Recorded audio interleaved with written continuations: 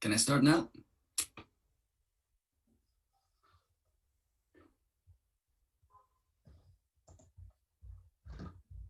Can I start now?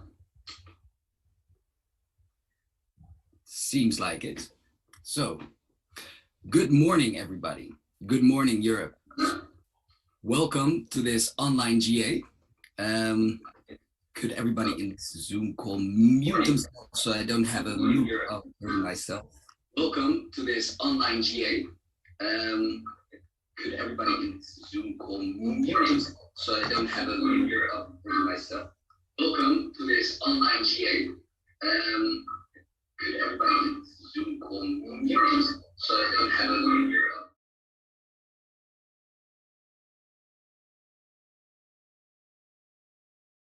Is someone able to mute Jose so we are sure that we are not hearing this feedback loop, and then I'll restart with what I wanted to say.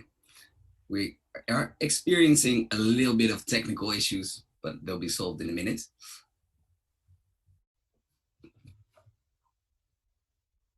Yes, good morning everybody. Good morning Europe. Welcome to this online General Assembly. Thank you for being here on this Saturday morning, and thank you everybody that helped organizing this. I want to use this opportunity to talk with you about the weird times we live in, the effect it has on our movement, and how I am so proud of Volt that we are still capable of achieving a lot of results and working across borders, although we are incapable of seeing each other physically working. It's about a year ago that we were on the streets together in Sofia, protesting, and also demonstrating, handing out flyers is not what it used to be. But regardless of that, we are still achieving a lot of results, and that is thanks to you. But let me start by talking a bit about the world around us, because what we see is that people are fighting for democracy outside the European Union, in Belarus, for example, but also inside the EU, especially in Bulgaria, where our team has been on the streets for months on end, each day going out to demonstrate against the corrupt government there.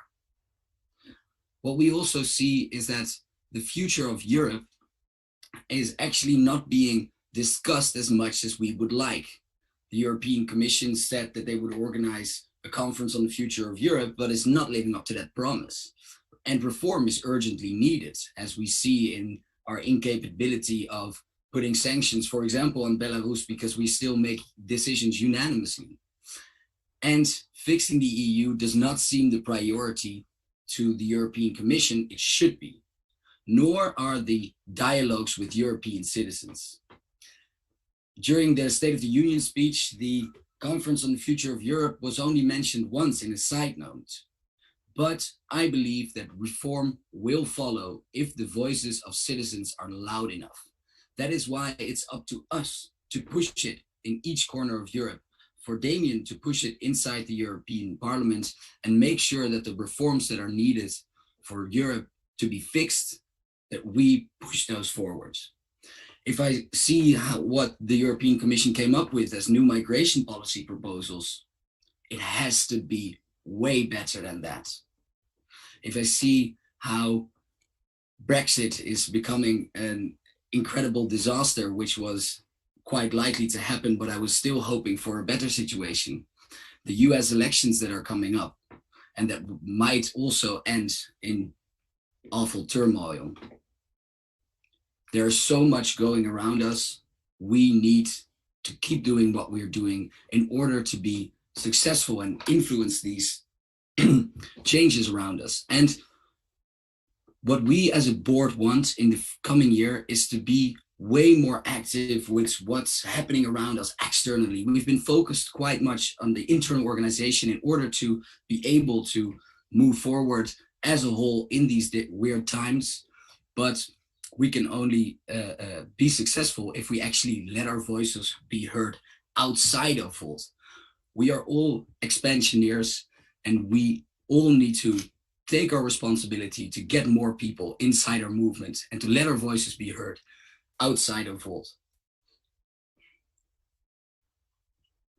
Because only a Europe that acts together can solve our shared challenges. And EU reform is the key to unlocking the potential of our continent.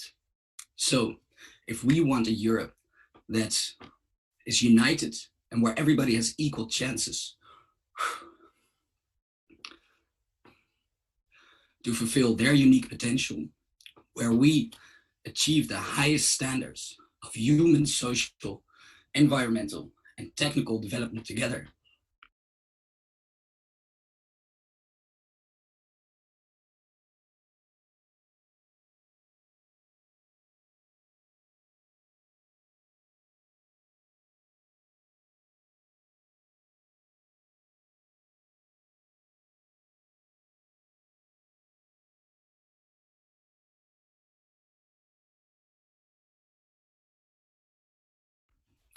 And we're back.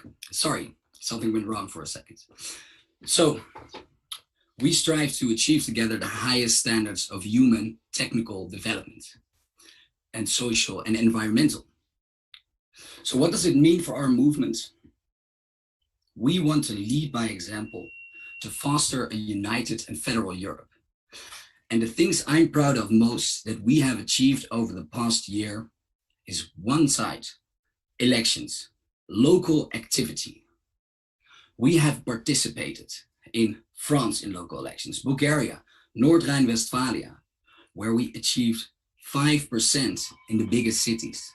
We were bigger than the Alternative for Deutschland. We are fighting populists and we are doing it successfully.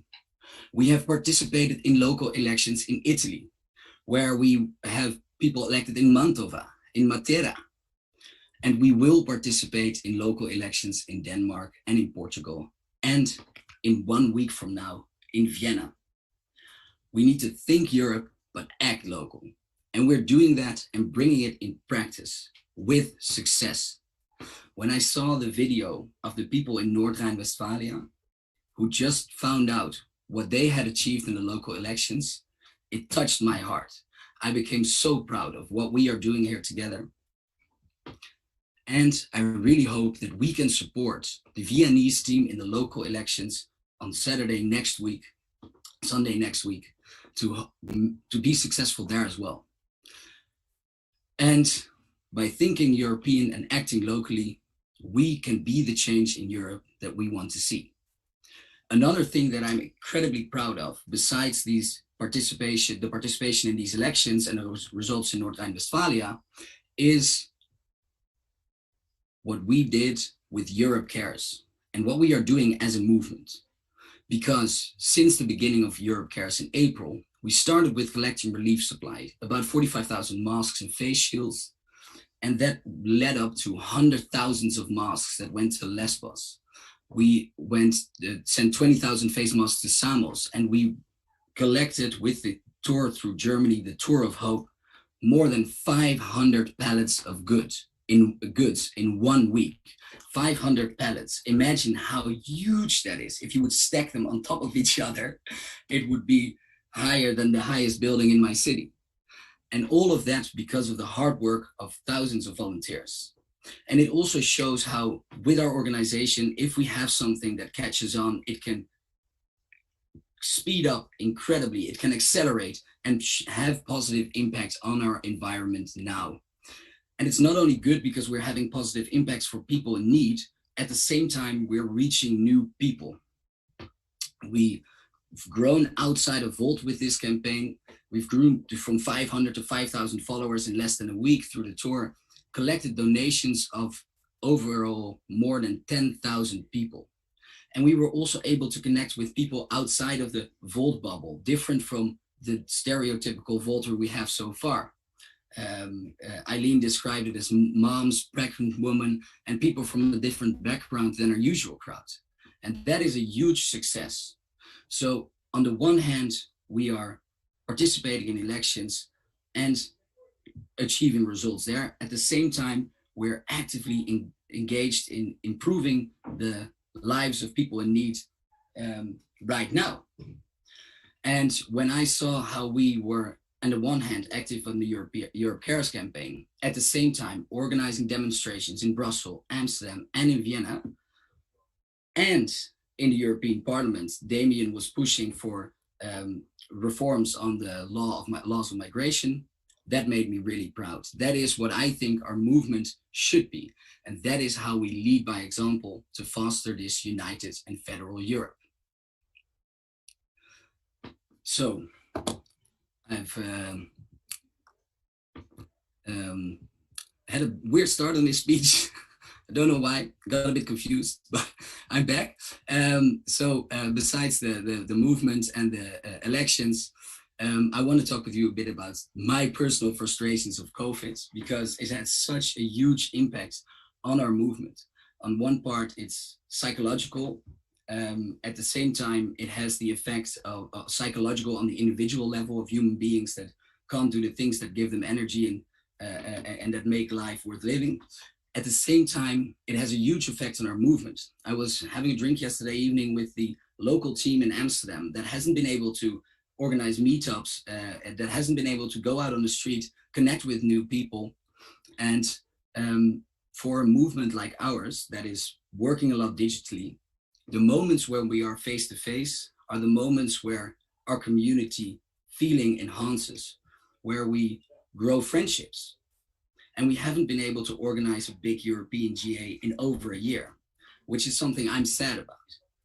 But even though we are in the middle of this COVID crisis and unable to also enhance our community like that, we are still achieving the results I just described. And we have great initiatives that want to enhance our community feeling in these circumstances. And I would like to call out two. One is the Pan-European Speed podcast. It's now available on, I think, all podcast mediums, from Spotify to Apple Podcasts. And it's a lot of fun, so I recommend listening to it. Another one is the European Report. Those, please check it out. It's on a monthly basis. So that's the way you know what's going on within Volt, where, and it really helps to enhance our community. One of the things I've noticed in our internal culture in the past year is that sometimes we tend to question procedures. And I do that too, in an idea phase, but also sometimes while a procedure is going on and people are discussing steps while they are taking. And although I really like the fact that most people are very constructive when doing that, and that of course we should be able to speak up, it can sometimes also limit the speed with which we can move forward. So I would like to ask everybody to think at themselves, okay, is this the right moment to interfere in this process, or should I just wait till the end and give feedback then so it can be done better next time? Another thing that we've noticed is that what we need to become better at, it came out of a survey of leadership within Volt, is listening. Listening. I'm sure you've all had the feeling that you were in a call sometime, and while you were in that call simultaneously, perhaps WhatsApping with somebody else, or that you weren't fully present. And that limits our ability to understand each other and to really be the example of cross-border collaboration. So please try and do your best in becoming a better listener, not only within our movement, but also with people you talk to outside of Volt, about Volt. And that leads me to my third request, and that is, I want to emphasize that we are all expansioneers. We are all part of the Volt expansion. So it's up to each and every one of you to encourage people around you to join Volt. We need more people. And what we've seen in the past year is still a steady growth, a small but steady growth. And that is something I'm proud of, but that needs to be higher. And it's up to each and every one of us to make that happen. So to conclude, we live in a strange and challenging time, but still we managed to do a lot. I haven't even mentioned our new community teams, the tons of events we are organizing online, the success of the first policy cycle, There's so much more to mention, but the two things I'm proud of most is how we as a movement have direct impact now, and how we bring the European thinking to the local level in local elections. So after this, after this GA, we're going out on the street for the public action, for the ECI Voters Without Borders. And I wish that we're going out on the street in several locations in Europe at the same time to collect signatures for this ECI. We'll be talking a lot about ECIs today. And the Viennese team is doing a massive public action. We were supposed to be there currently, have it on stage, big with everybody else. But let's do our best to support them from afar by spreading their message on social media and by supporting them in any other way we can. Because if they are successful next Sunday, then we have our fourth country with local representatives. So I'm proud to be part of Volt. Thank you for everything you've done in the past year. Let's keep going and let's be the change we want to see in Europe. Have fun today. Thank you.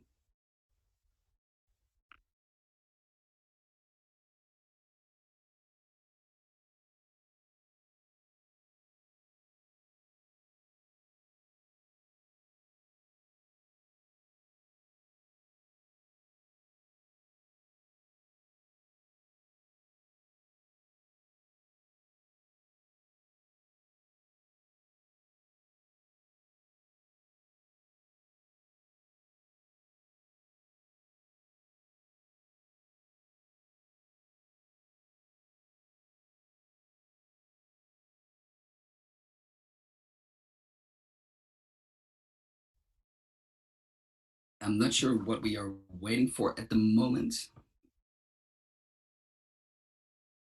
Stefan or Cajo? Should we? Well, Reinier, I think you are supposed to announce who was going to chair the GA. Oh, sorry. I missed that notion, and I'm not even actually aware who's going to do it. I know there's three options that we've been able to vote for, but I didn't know what was the final outcome of that vote. I'm sorry for that. In that case, I will have to auto-proclaim myself, but it appears that the outcome of the vote was that I was the one collecting the most votes. But fortunately, Cato and Katrina will be here also to assist in the moderating throughout the day today.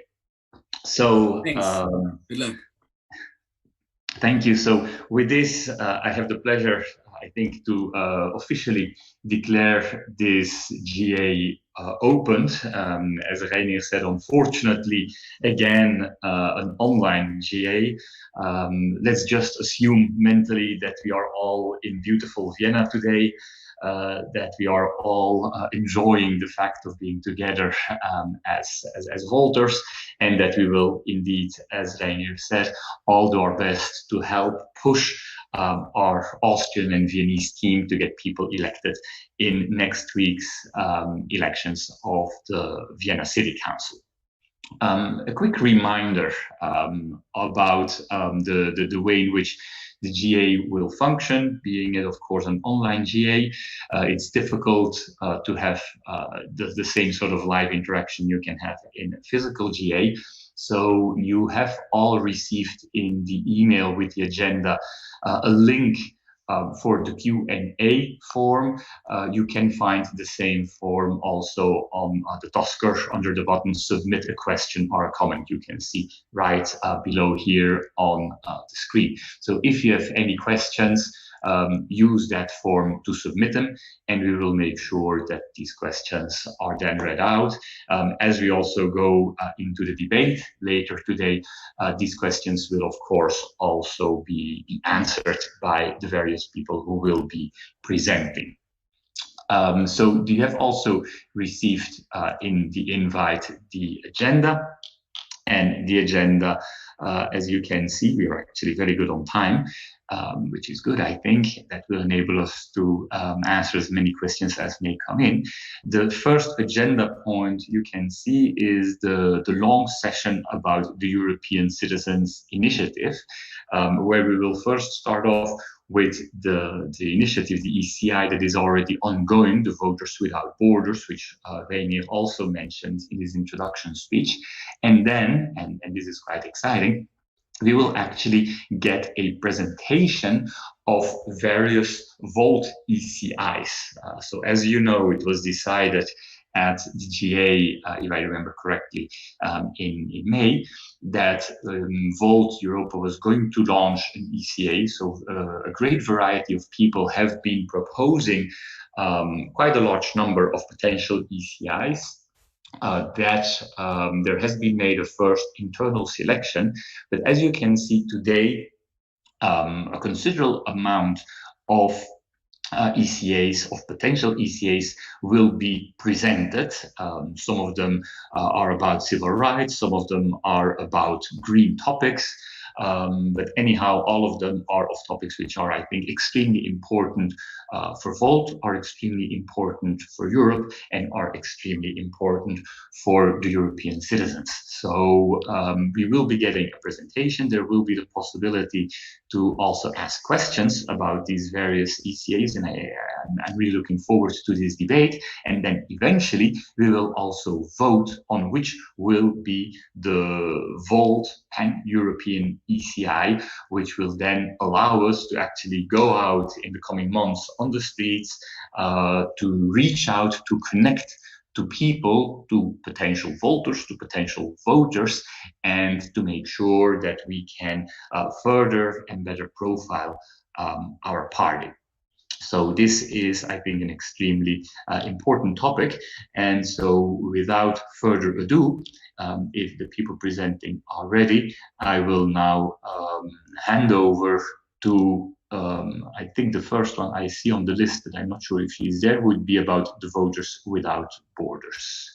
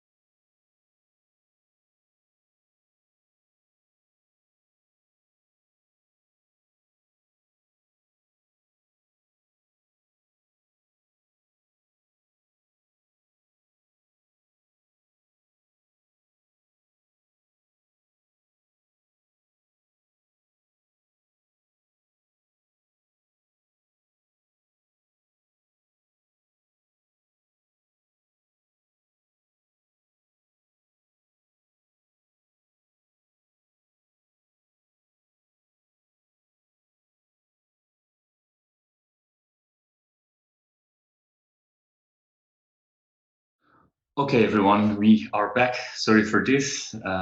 These are the unforeseen circumstances that can happen if you have to live stream an event like this with people sitting in different places. So sorry for testing your patience. So we now are ready with Anna Comacchio, who will be presenting Voters Without Borders. And then we have Virginia Fiume, who will be talking about Stop Global Warming, two already existing ECIs. And as mentioned before, afterwards, we will be getting the presentation of our potential Volt ECIs.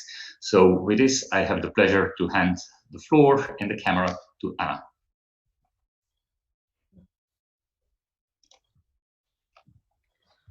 Okay, good morning, everyone. Nice to be here, and yeah, I'm very glad to have the possibility to hear your ECI proposal. I would just start with a brief video explaining the ECI in like a few seconds, so that I don't have possibly all of you know already. But if I may share the screen, just a moment. Okay. Yeah. And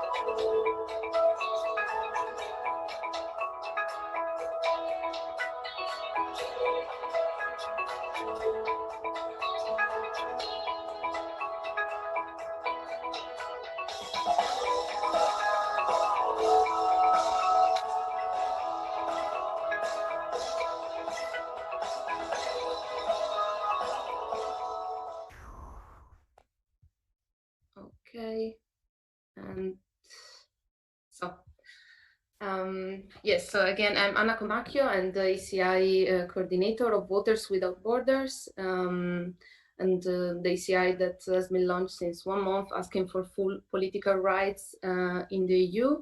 On the one hand, we want to strengthen the rights to vote and stand in local and European election, and on the other hand, we want to extend these rights, the franchise, to all level of elections, so regional election, national, and referendum.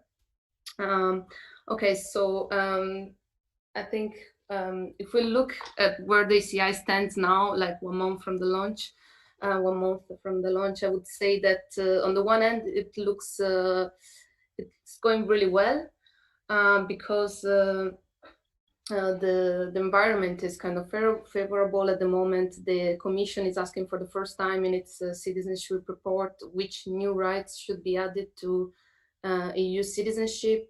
The topic may be picked up also in the Conference on the Future of Europe, and there is a sort of good feedback, and journalists are interested, the press, and 63% as well of all EU citizens are in favor of full political rights now, compared to some years ago, for instance, when the other ECI Let Us Vote was launched. I think also as a result of Brexit, of course. On the other end, if we look, of course, at the signatures, and it has been slow this month, I would say, after the launch, because our fundraising, first of all, got slowed down during the pandemic, so that we had to catch up now, and we are losing some precious time of the campaign in order to make sure we can sustain the campaign until the end of the year.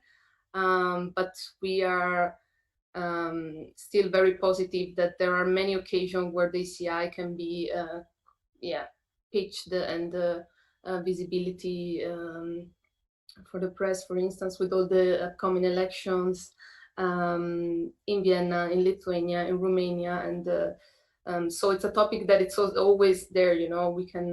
That's very important, I think, for an ECI, is yeah, to keep the people talking about it. So yes, I think if I am to give like some suggestion, as I was asked in the first place, I mean, I would say that the ECI is a great tool for us, a young group of citizens, because we are in fact 12 young students that decided to do this a bit of to test the ground as an experiment.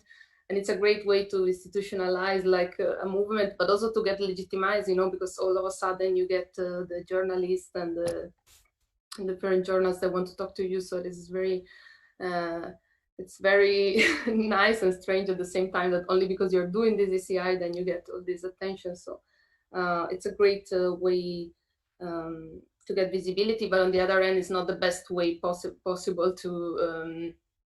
to really get change, get the legislation change, as you can see from the five ECI that succeeded and still didn't make it, let's say, to the final step. So yes, I would say 6 ECI now. It's there are 6.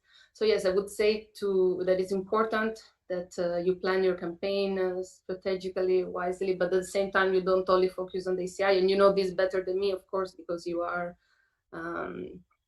You are, from a political point of view, you are also, I mean, you have the parliament, possibly the support, and it's very important that you keep the dialogue with the institution open at all time. Yes, so I would say that yeah, it's important to have other tools and. Speaker, could you please come to your closing remarks? I think Virginia will have some great suggestion as well. She's very much more experienced, but if you have any question, I'm glad to answer them. Thank you.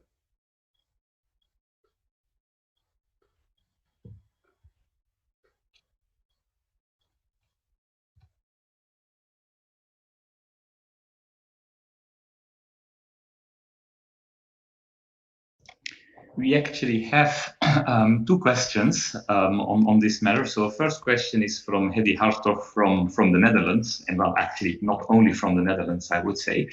And so Eddie's question is, I fully support the Voters Without Borders. Volt itself is, however, not fully compliant with itself. I have voting rights in 3 member states, European, national, regional, local, but cannot take part in the internal democratic processes in the relevant 3 Volt chapters.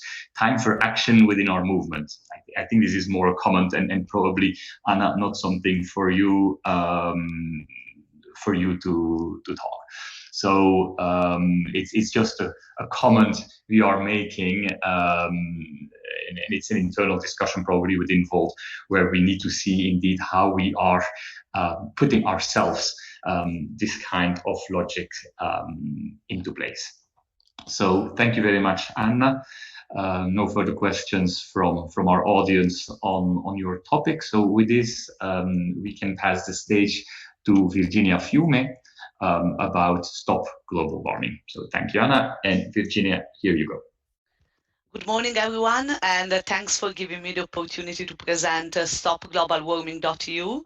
I think a day like today is a great opportunity, and Volt is probably the best community where I can pitch stopglobalwarming.eu, because you are among the actors that are really making possible a European citizenship belonging and willing to participate in EU policy. I think together with both with Voters Without Borders, that we support as a movement, humans, and stopglobalwarming.eu, we can make some historical changes in the EU politics.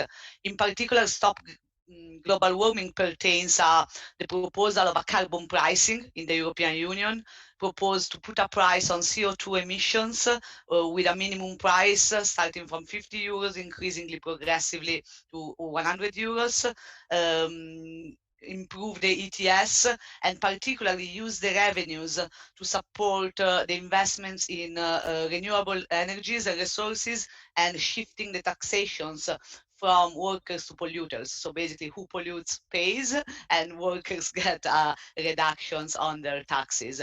This is to put the proposal in a nutshell. But the support and the argument that I want to bring here, it's not about the details of stopglobalwarming.eu. We have time until the 21st of January to collect the 1 million signatures. But I think today, carbon pricing has a real opportunity to happen in the European Union. There have been organizations that worked on the topic of carbon pricing and policy proposals for 20 years probably, and everyone has a different way to approach the carbon pricing, but the reality is that the topic is now more urgent than ever. There is the need of European Union resources. There are ambitious targets that are set in terms of reduction of emissions, and there is the recovery fund.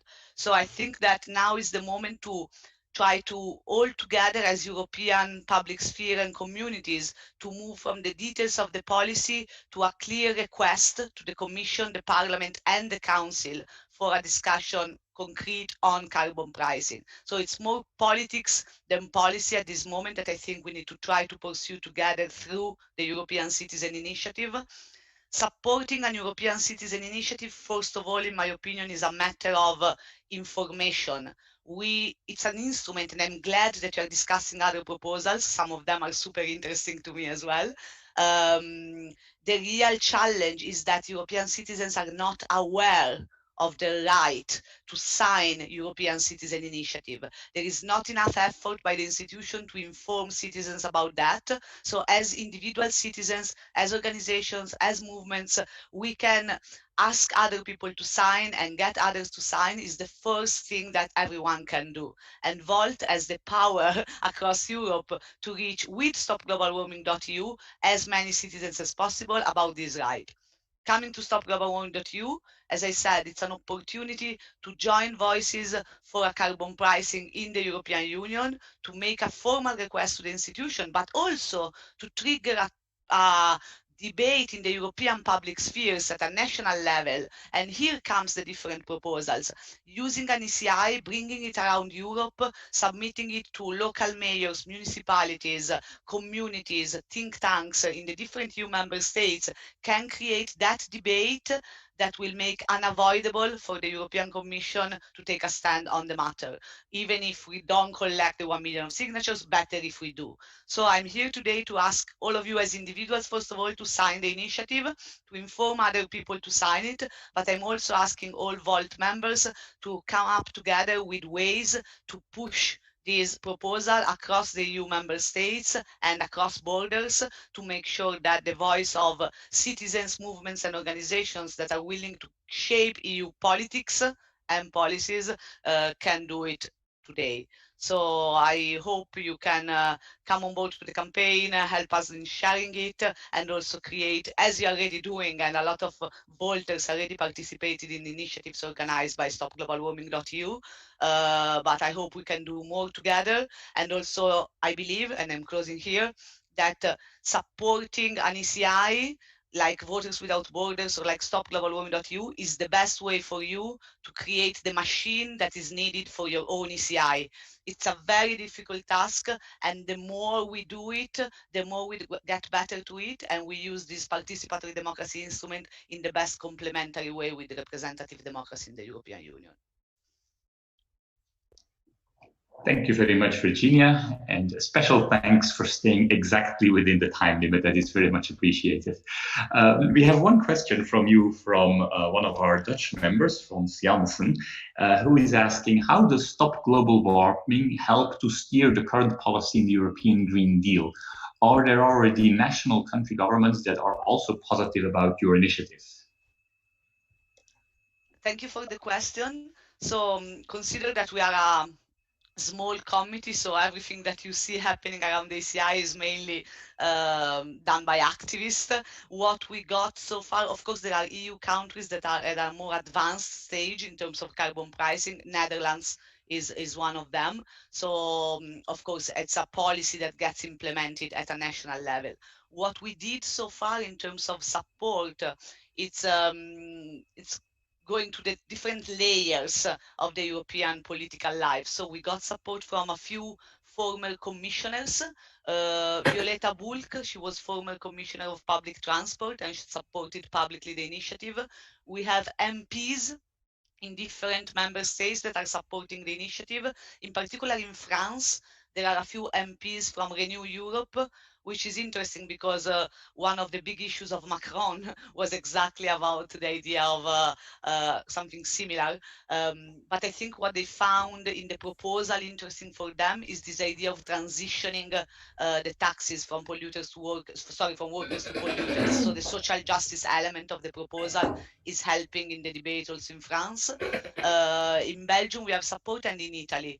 I think one political element is that next Tuesday there is the meeting of the Ministry of Finance at the council level, and I think, of course, the national state support is essential to make this happen. On the other side, within the European Parliament, there has already been carbon pricing proposals, so we are also working on the network there to try to see what we can do at a European Parliament level. So I don't know if I answered your question, but the whole idea is to try to move the pieces together.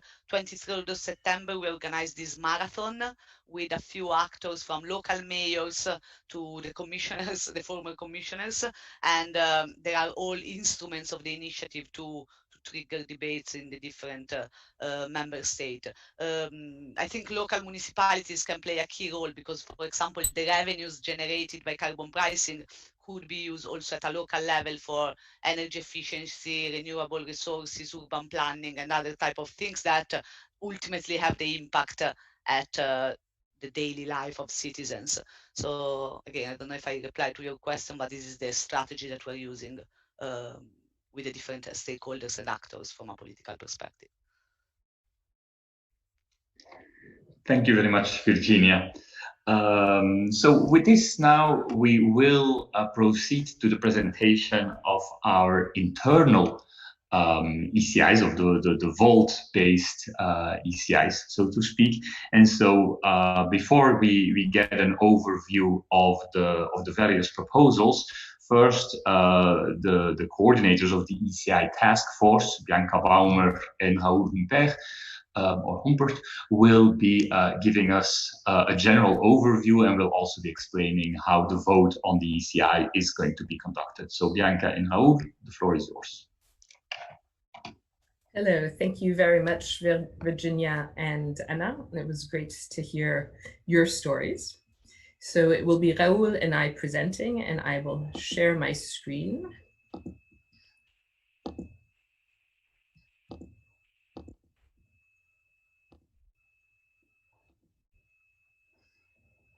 Can everyone see it? Yes, okay. So Raoul and I have been for over 6 months working on a Volt European Citizens Initiative under the slogan, "I love the EU, so let's fix it." That is our Volt slogan. It's a very strong, powerful way to get the EU to listen, to get, as Virginia and Anna were saying, to get very important people who have influence to listen to ideas and to reach out to millions of people across Europe. So it's what you require to pass an initiative.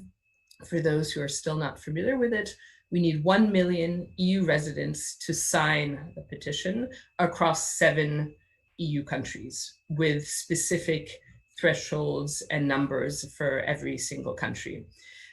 We propose a legislative proposal, but as Virginia said, it's beyond just legislation. It's really a political statement, a political movement. And the driving force behind it is a committee, a citizens committee, where we need 7 EU member states represented. And we hope to get you on board for that as well. Very important. We've been working, it's not been Raoul and I alone at all. It's been a team of 8 of us all together. So big thank you to Clémence, to Francesco, to Georg, to Lawrence, to Martin, and to Robin, who have been also communicating directly one-to-one with many or all the people who have applied. We had a very difficult job. We had around 6 months to launch the entire call, and we called for proposals, and we had to come up with a short list, 6 ideas that you will be hearing about. We received 17 ideas, so a very, very, very big thank you for all of the wonderful ideas. It was quite difficult to go from 17 to 6. And we will be reaching out to all of you to see how we can move forward with your idea in different ways and how you can continue to be involved in the whole Volt ECI movement. Difficult decision. How did we decide? There were 3 points, 3 steps. Number 1, we had a legal assessment. We worked with 2 legal experts. Thank you very much for Volt legal insights. And we were given red, green, or yellow.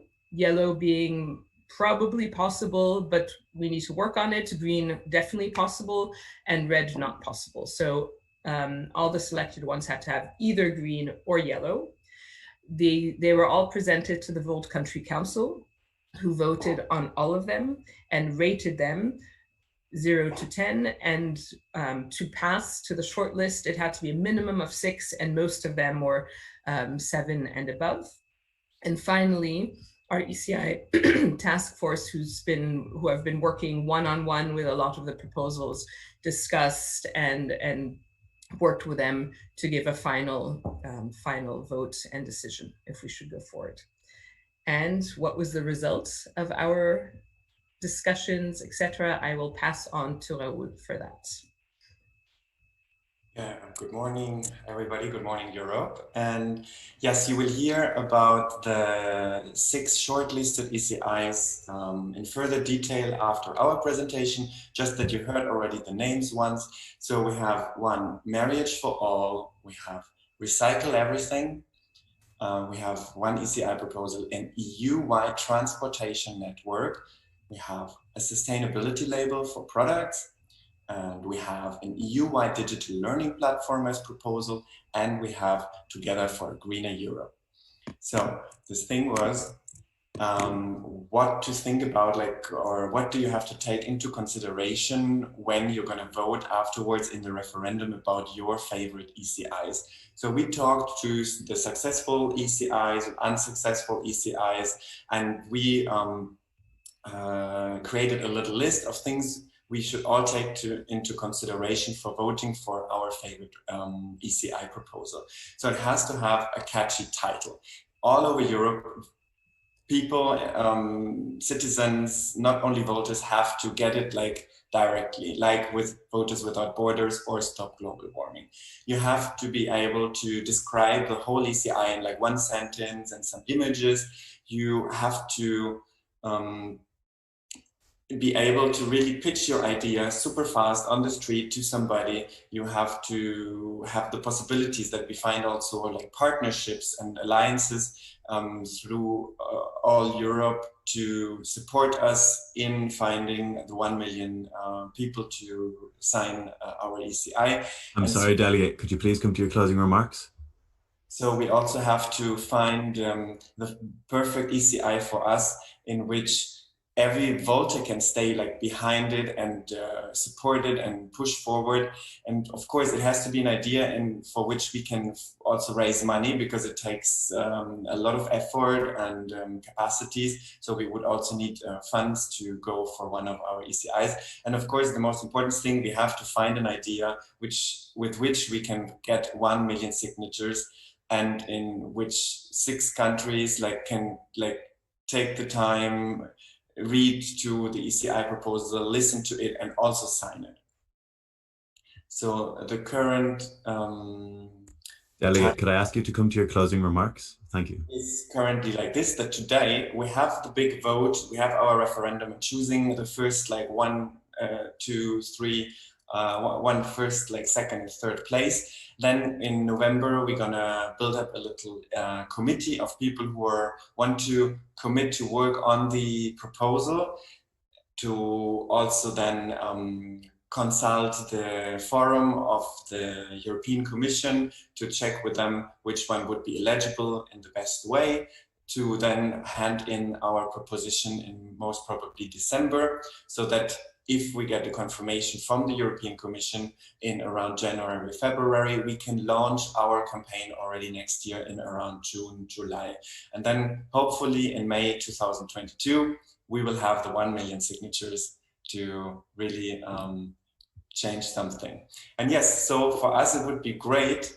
Everybody is more than welcome to join the ECI committee. We are still looking, of course, for people who would like to be interested in joining. I'm very sorry, Delegate, but could I please ask you to come to your closing remarks? Thank you. And you have to find like a way in which we can not only get signatures, or we can also through an ECI find new voters, and we can approach people with an idea to get more people to not only sign it, but also vote for Volt, of course. Thank you.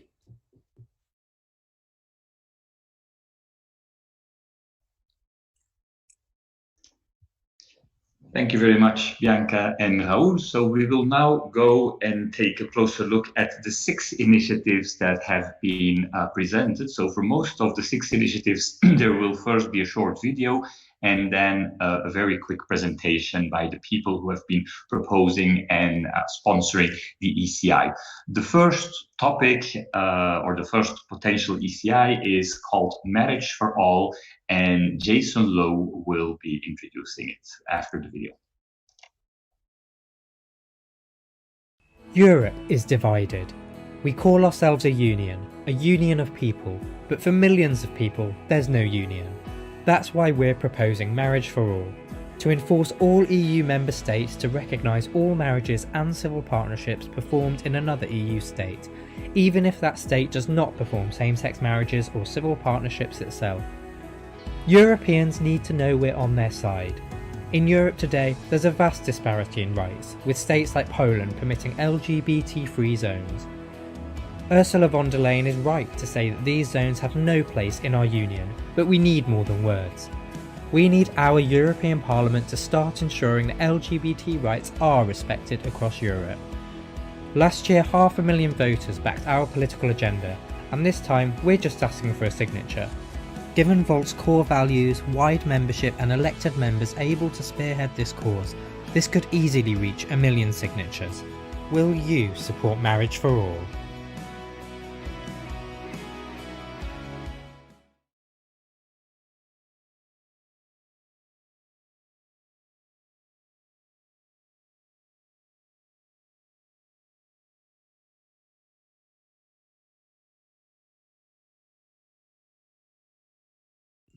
Morning, Volt. I want to present to you a proposal that, if you support today, as Volt's ECI would change the lives of millions of people in our union and improve the futures of people to come as well.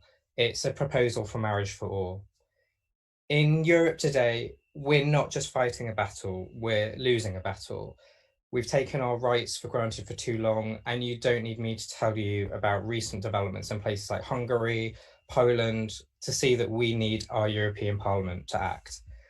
We're great at talking in Europe, but we need to stop with the excuses about why we can't act. We can act. We can introduce Marriage for All, not by forcing all states to perform marriages, but by legislating that they must recognise marriages performed in other member states. A similar system like this exists at the federal level in Mexico. It is within the competency of the EU to enforce equal rights across the Union, free of discrimination. And the EU Charter of Fundamental Rights states that everyone has the right to found a family according to national laws. But if same-sex, that family would not be respected if moving to a state that outlaws same-sex marriage, which would contradict Article 7, the respect for family rights. And this is backed up by the ECJ. This proposal requires no capital spend and no costly new infrastructure. It's realistically implementable. And what's more, we have popular support. It is our duty to represent the silent majority and shout louder than the voices trying to destroy human rights within the EU. Volt should be at the forefront, pioneering a cause and fighting for better LGBT rights. With this proposal, we have an opportunity to build on national campaigns and inspire a generation of Europeans to stand up and say what our government says, despite what our government says, actually, we do support Marriage for All. And by harnessing these voiceless people, that's why I'm confident that with Volt's international reach and strong representation in more liberal states in the EU, we can act together as one Europe and one Volt to get 1 million signatures. So I urge you, don't just be silent while our rights fall away, but back marriage for all. Thank you. Thank you very much, Jason. We now move on to the next one, and just for people's information, any questions or comments about the ECI's proposals will be taken at the end of the various presentations. So we first move on with all the presentations, and next is the topic Recycle Everything, presented to us by Radu Zezaman.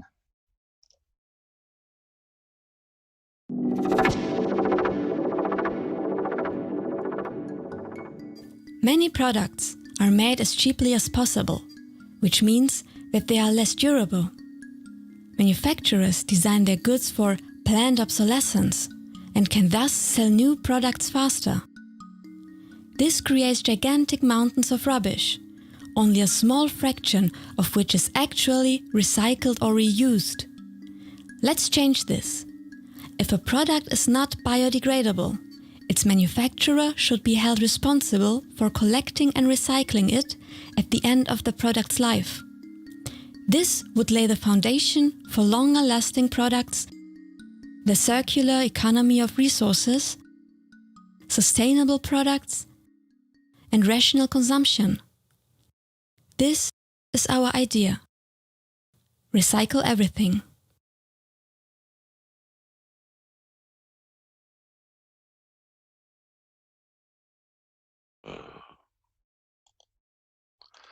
Good morning. Why shall we vote for recycle everything? We all want a zero waste society, but now how can we get there if after so many years of promoting recycling, 66% of what we recycle is either incinerated or is dumped in the landfills? Why is this happening? Because there is no market for recycled materials. Companies have very little interest in using recycled materials. Less waste can also be achieved by consuming less, but we are being tricked into buying more products of lower quality because that makes better profits for producers. Can we really make significant progress towards our goal without having the producer committed to it? We don't think so. If you are creating a mess, you are expected to clean it up. This should be true for everybody, including companies, right? Making producers responsible to recycle their products will create financial incentives for them to progress our society towards zero waste. It is the moral thing to do. Is this a revolutionary idea? Not really. Take a look at industry pioneers, conscious companies and corporations across Europe which are working towards this goal. But it is more difficult for them to fight the competition. Let's level the playing field for everyone. Let's do what's good for our communities. Let's hold all producers responsible for recycling of their products. We hope we convinced you. So this idea resonates with you, and now you can spread the word in your community and proudly fight for it. Our request to you is not necessarily to vote for our idea or for the one it's easier to implement. Our request to you is to vote for the proposal that makes you a prouder voter by supporting it. The one idea you are ready to fight for. Where there is a will, there is a way, and the idea will succeed.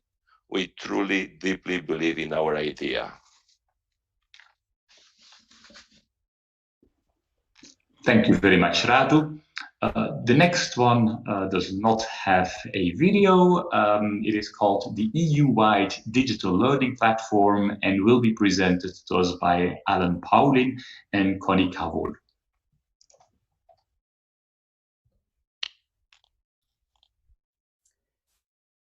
Good morning. Hello.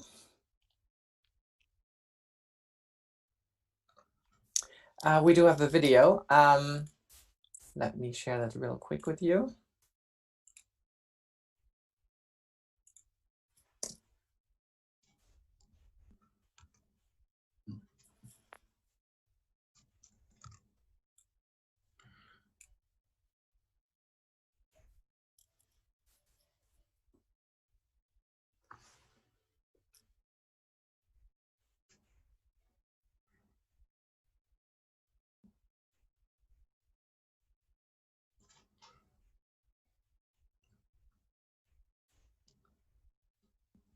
Thanks, Connie.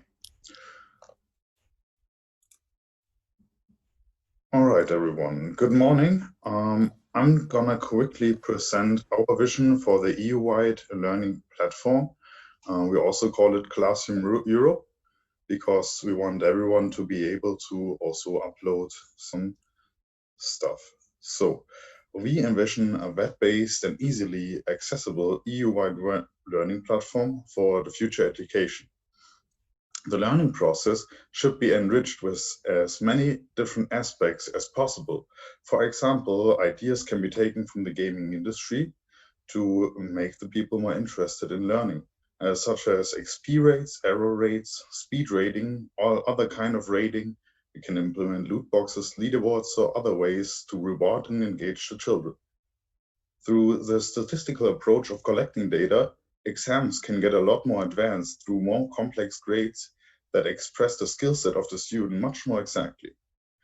The platform itself should be able to advance and expand to fit growing educational needs for the future of the citizens. So that would be our mission. And my partner, Connie, will continue with the implementation of the idea. Yes, thank you, Alan. So how would we plan to implement Classroom Europe? We propose the EU Commission to form a working group staffed with educational experts, as well as IT and design professionals, to work on a prototype. The Commission and representatives of the participating EU member countries retain supervision and collaborate in an advisory function.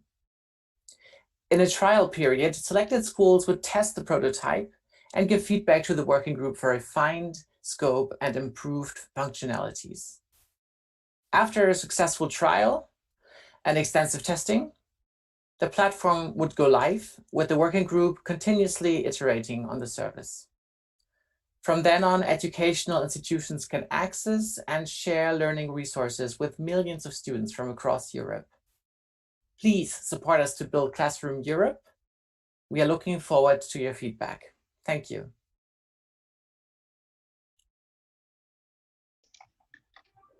Thank you very much to both of you.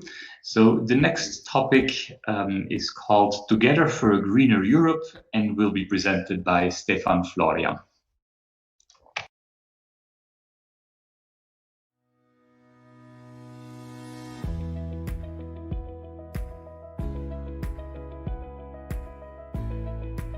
The EU member states tackle the environmental issues that our continent is facing at different rates. While the Commission introduced a circular economy action plan as one of the main blocks of the European Green Deal, we are still lacking a mechanism to work together with the member states for implementing it. There comes our proposal. Together for a Greener Europe is our proposal to create a European mechanism for coordinating the member states moving towards a greener and circular economy. The Commission already has experience with similar mechanisms in other domains. Let's use this experience in a domain that needs immediate action. This new mechanism would coordinate, evaluate, and report upon each of the member states in achieving a greener and circular economy. Let's do this. Let's work together for a greener Europe.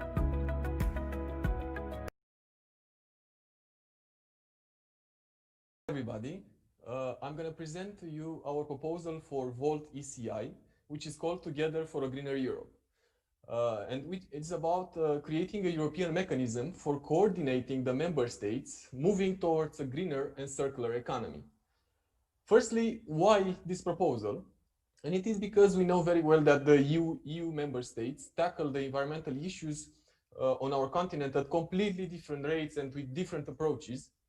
And we know that some countries are doing better and some others are doing much, much worse.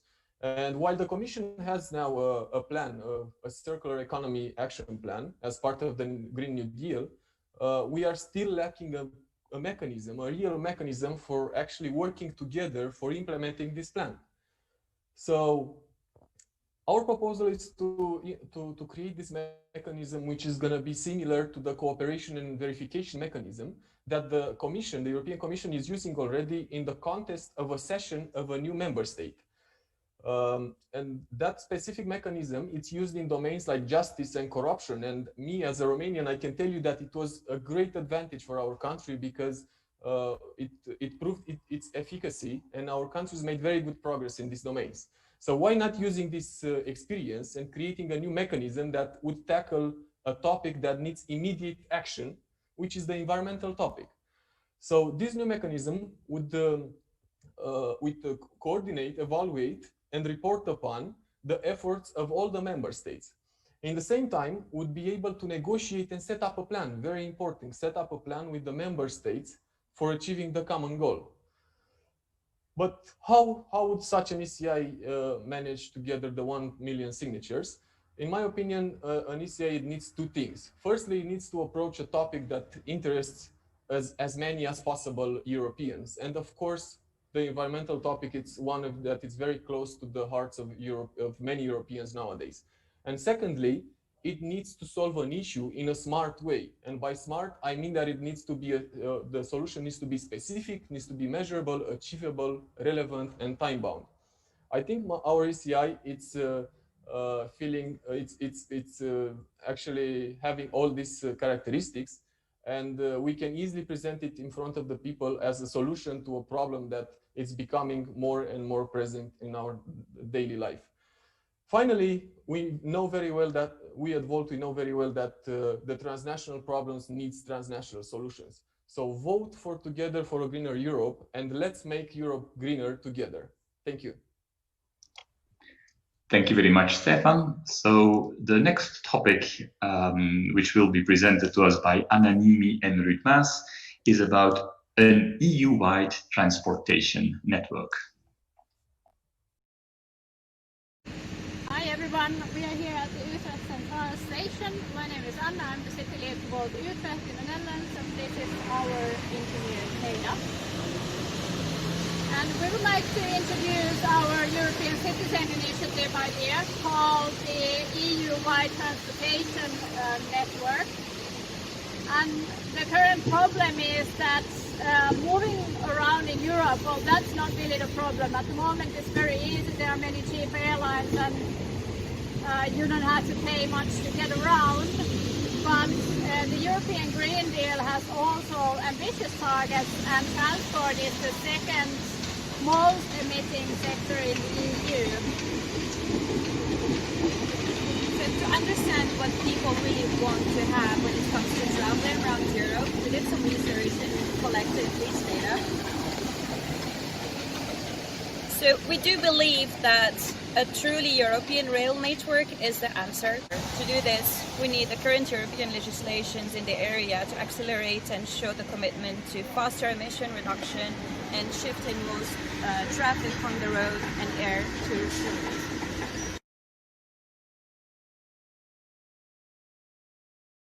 Good morning everyone. We would like to introduce our ECI, EU-wide transportation network. And unfortunately, Rud is not here today because he has to work. But yes, the problem starts that a lot has been done to make the transportation in Europe smarter and cleaner and faster, but not yet enough. And they are pretty ambitious targets that are set for the European Green Deal. And there is really a big need for transport, which is, by the way, the second most emitting sector in the EU, to act and really to do something before it's too late.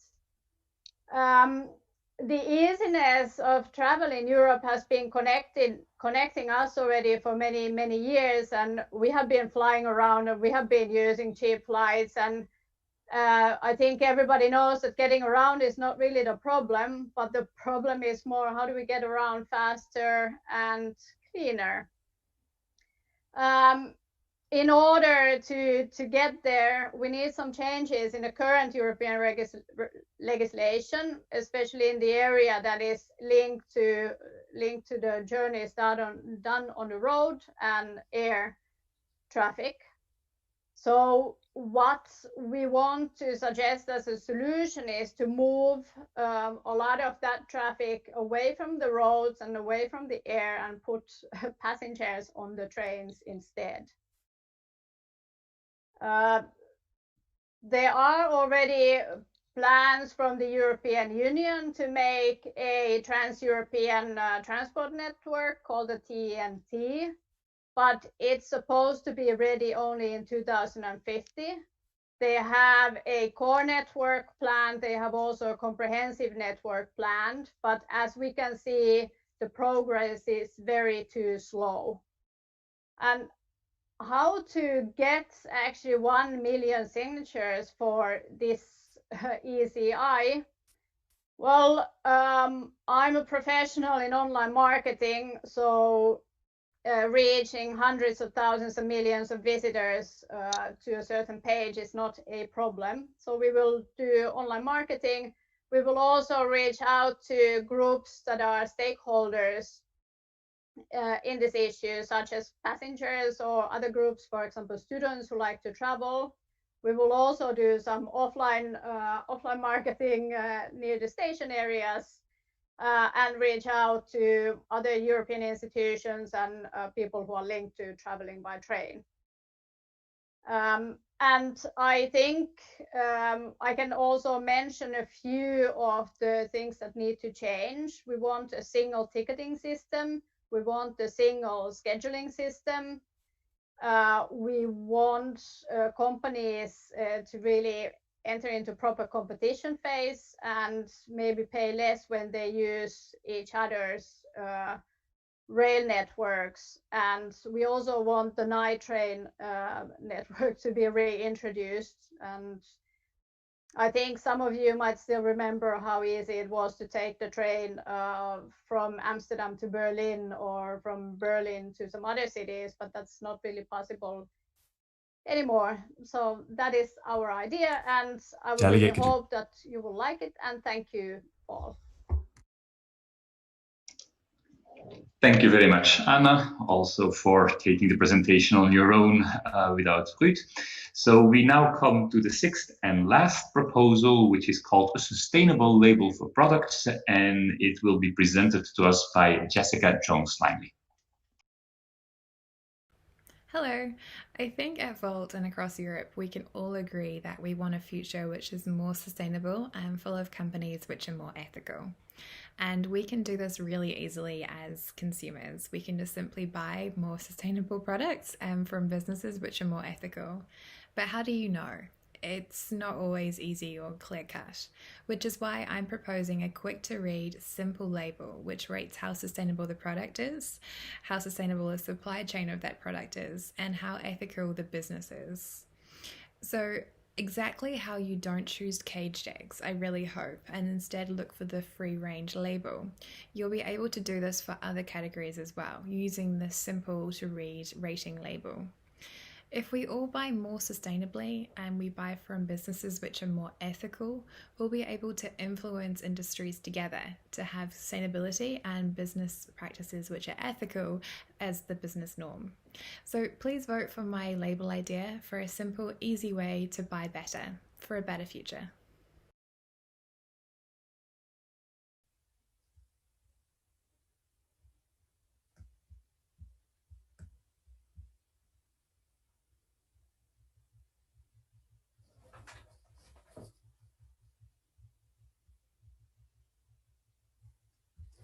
Hi, so my name is Jessica, and as you just saw, you would have heard about my ECI idea.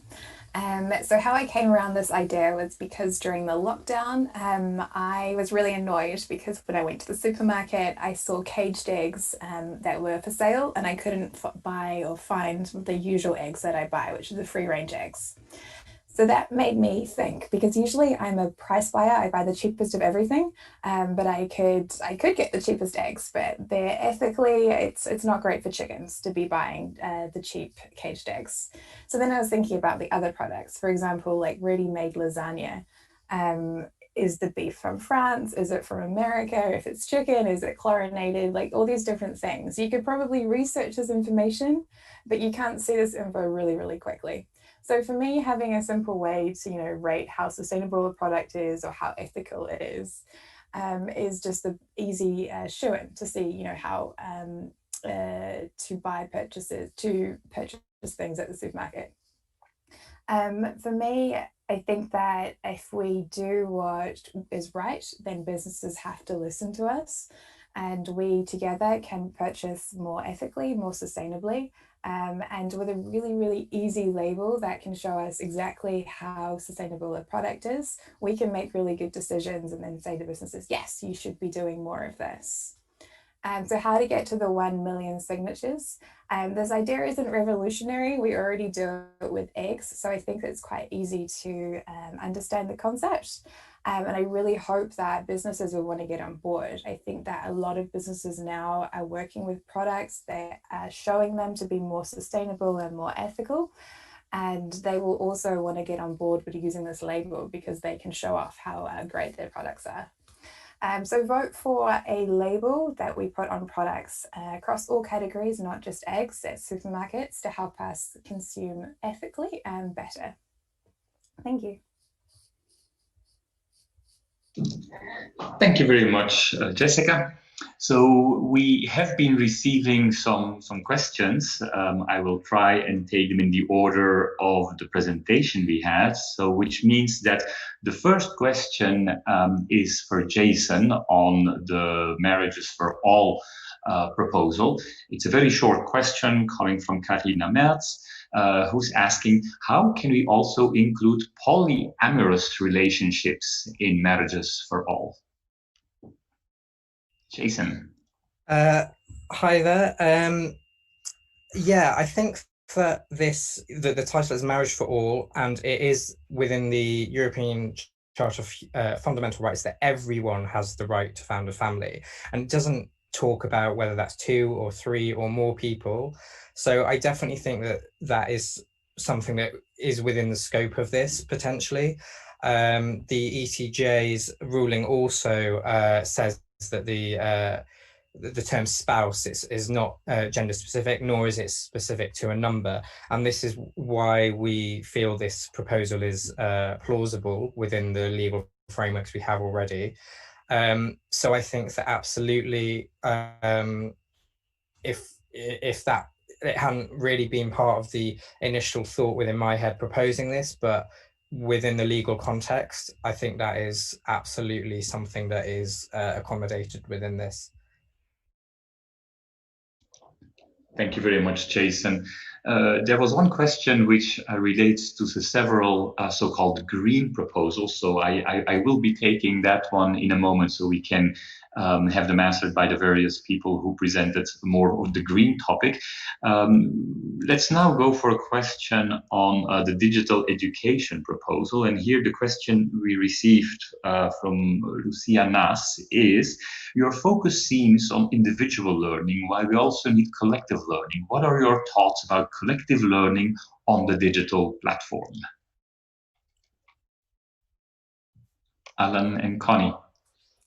Yes, unless Alan, you wanted to jump in. This proposal is in its early stages, and I think that's something for the working group to work out. It is not only for individuals, but it was also conceived as a plan for whole classes or even schools to collaborate. So this is definitely not defined definitely, and it's definitely something that should be taken into consideration. Thank you. Thank you very much, Connie.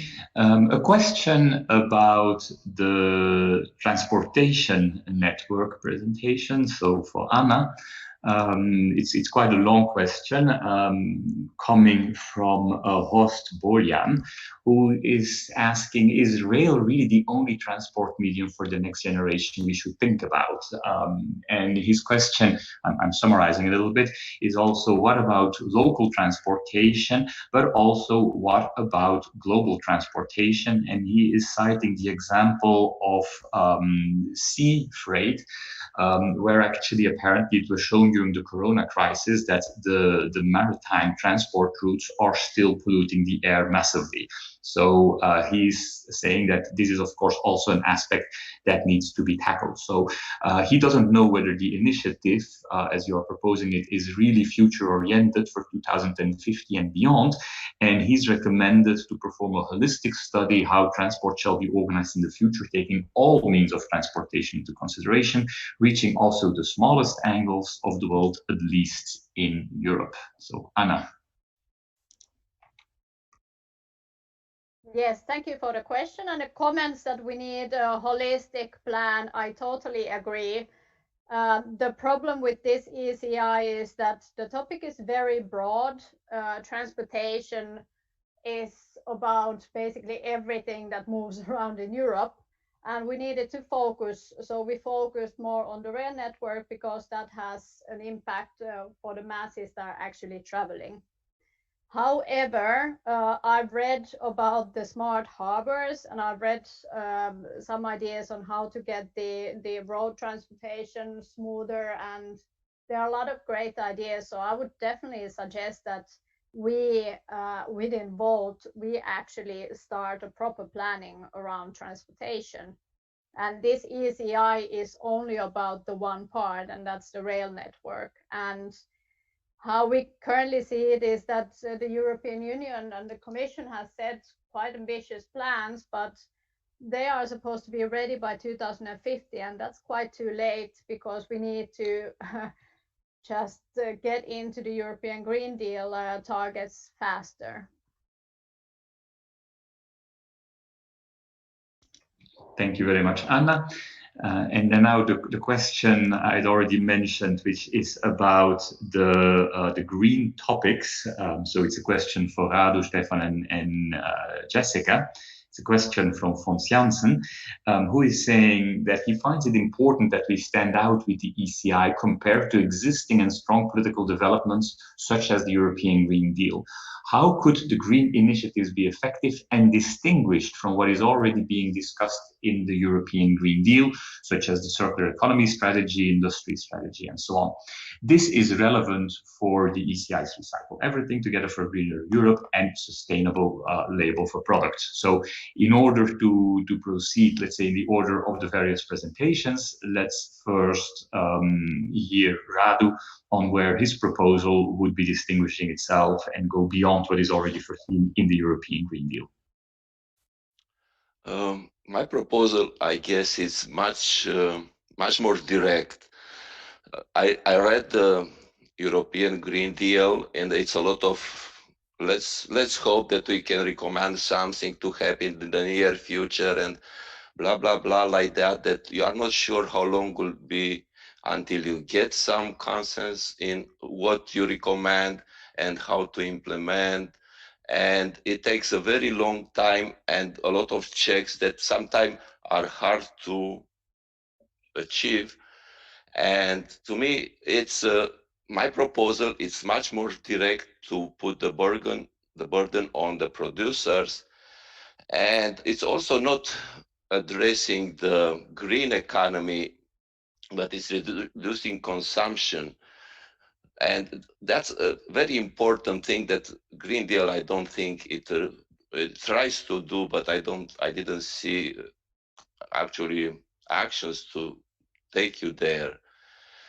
And building some financial incentives for, now it doesn't seem incentives, it is an incentive because raising the cost to the producer by having to use the products, the incentive will be to lower those costs and then push towards a greener economy, circular economy, and create a better product which is benefiting everybody and becomes a cheaper product at the end. I hope I answered the question.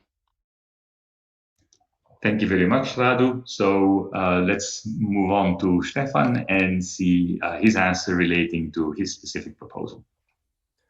Yeah, very good question. My answer would be as simple as saying that I don't think that we need to be completely distinguishable in comparison with the action plan that the Commission is proposing in the context of the Green New Deal, because that deal that is negotiated right now and worked upon, I think it can be used, but more as a theoretical base on what we want to achieve in Europe in terms of environmental strategy. Our proposal, it's a mechanism that can actually use this Green Deal as a theoretical base, as I said, and then negotiate and work upon a plan with each of the member states on how to implement it. This is what the CVM has been doing in the domains like justice and corruption, and it has been doing very well. So we can do the same. We take this very good strategy that the Commission is working upon right now, and then we communicate, we work upon a plan with each of the member states on how to achieve all those accomplishments. Yeah. So I think we can work together on a common goal here. Thank you, Stefan. And finally, let's hear also Jessica's reply. So thanks for the question. And I just want to start off by saying that something that I've learned about politics is that not everyone knows everything about politics. And I think the European Green Deal does come into that. We all might have heard of it, but perhaps we hadn't read it or we don't know the exact details. And saying that, I agree, well, I would think that a lot of people would agree that it's a really good thing and that we should be working towards it and making it a reality. And my whole theory is how we do that. So we can take, two approaches to anything, which is a carrot or a stick approach. And my idea for an ECI is taking the carrot approach, trying to motivate people and companies to, adhere to the regulations or the rules of the European Green Deal as much as they can. And my idea for this label empowers and encourages consumers to, ask and form better products and to buy these better products, which in turn motivates companies to invest in, better business practices, improve the supply chains, and make better ethical decisions in business. So I think we get to the same result in a roundabout way, and which is, this is the best thing to do. Thank you.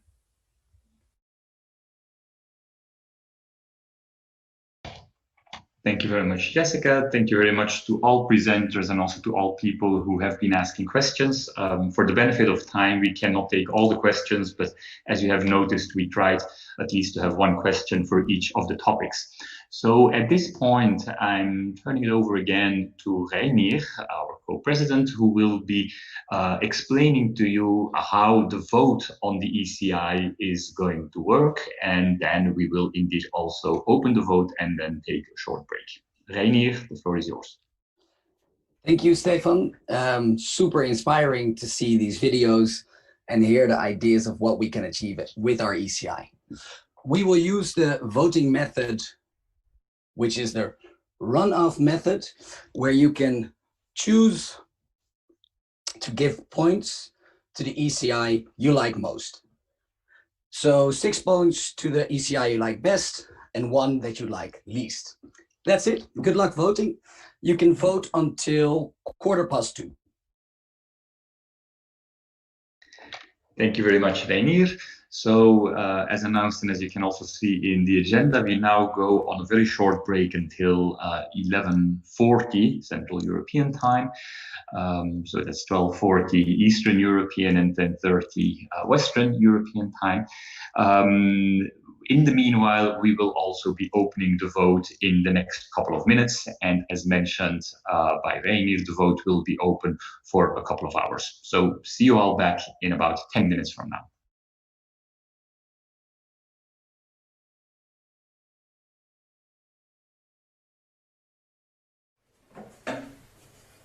Hello everyone. My name is Tim Pasch, and I send you the warmest greetings from Münster. We took part in this year's election in North Rhine-Westphalia and got 2 seats, 2.6% of the total vote, which means 4,000 votes in total. We are very happy and excited, and we are looking forward to the upcoming term and everything that comes along with this. We will try our best to implement everything that we worked for and put everything into practice that we worked out in this beautiful program, which is, by the way, available in 6 other languages, which was only possible with the help of many of you guys.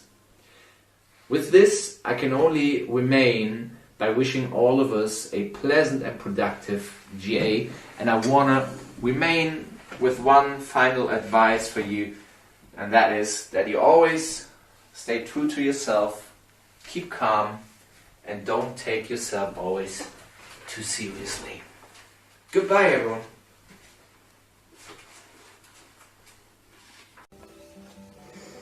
Hello, I'm Helene Goldbeck from Münster, and I will represent Volt's goals in the City Council starting in November.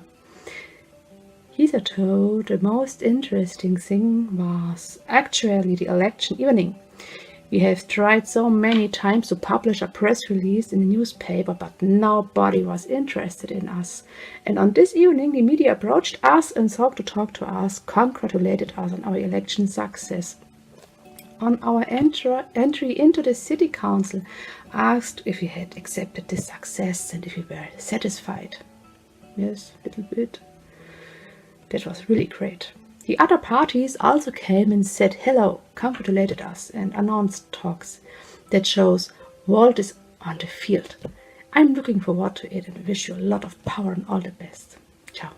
Hello, my name is Felix Sproll and I was elected on the 15th of March for the local council here in Munich. With 1.8% we had a great result. And I think it's really important for Volt to be also active on the local level. Of course, we all, also me, we joined Volt because of our ideas to change Europe for the better. But I think if we want to successfully campaign in whole Europe, it is really important that we find solutions and offer solutions to our citizens on every European level. That's why I'm interested in the local politics here. I think Munich is a great city, but we can make it even better if we take best practices from Europe and bring them here to Munich. This is, for example, the housing concept we looked into from Vienna. This is what we can do for cyclists, like in Rotterdam or in Copenhagen. I really like the super block concept we've seen already in Barcelona. And I guess we can learn a lot from Estonia when it comes to digital solutions in the government. So this is what I will do for the next 6 years. And also, of course, Europe is really important for me, which is why we have a lot of solutions what we can do for non-German EU citizens living here in Munich, like, for example, a EU welcome desk. If you're interested what this EU welcome desk will do exactly, feel free to ask me every time. I'm really happy to start this interesting project. On Sunday at 1 p.m. I guess we will sign the first contract which will make it happen that Volt participates in a local government, which is great and I guess just the start of many, many more. Good luck! Здравейте от Пловдив, аз съм Лидия Димишева и съм общински съветник в община Родопи, област Пловдив. По образование съм икономист, като основно интересите ми са в публичните финанси и по-конкретно общински бюджети, тъй като дълги години съм работила в агенция за кредитен рейтинг. Нашата община се състои от 21 населени места, всички са близо до град Пловдив и играят ролята на негово предградие. Въпреки това, има големи инвеститорски интереси за развитието на кариерна дейност на територията на нашата община. Ето защо съм благодарна на Volt, че ме подкрепиха в битката ми срещу две от най-големите кариери на територията на общината и заедно в февруари месец успяхме да ги закрием, успяхме да активираме гражданското общество и днес те вече не работят. Щастлива съм, че съм част от семейството на Volt. Очаквам с нетърпение да се запознаем на живо и ви желая успешна работа. Hi voters, I'm Stefan, I'm 29 years old and I was born and raised in Wolfsburg in Germany, and that's also the city where I'm currently an elected representative in our local city council. I was elected in 2016 when Volt even didn't exist, but since joining Volt in December last year I'm very proud to represent Volt in our city. The first half of my election period I focused mainly on youth and education, for example by claiming a new concept for lifelong learning, which is currently being established in our city. And on the second half, I'm going to focus on environmental sustainability and digital transformation. What really excites me about Volt is the clear vision of Europe and the positive energy of Europe that it spreads across countries. And I think the new way of thinking politics and all the people of Volt is what really make it so special and a special movement. I hope you're all healthy and safe, and I hope you all enjoy our General Assembly. See you! Здравейте! Казвам се Стефан Филчев, общински съветник съм и водач на листа от партия Волт в една малка община, която се намира в центъра на България, община Сопот. Сърдечно благодаря за възможността да се запозная с общински съветници от общоевропейската партия Волт от цяла Европа. Благодаря, че имам възможност да представлявам партия Волт в местния парламент, да отстоявам нейните каузи, нейните позиции за една силна Европа, за Европа на толерантност, на икономическо развитие, на промяна на досегашните модели. Какво представлява моето градче? То се намира в центъра на България, в сърцето на Розовата долина. От това градче е родом най-големият български писател Иван Вазов, патриарха на българската литература. Същевременно Сопот е и туристически център и център на военната промишленост в България. Ще се радвам да се видим и наживо, когато този тежък период за цяла Европа отпадне. Благодаря сърдечно, благодаря на господин Нестимир Ананиев, който ми даде възможност да реализирам политиките на Волт в местния парламент.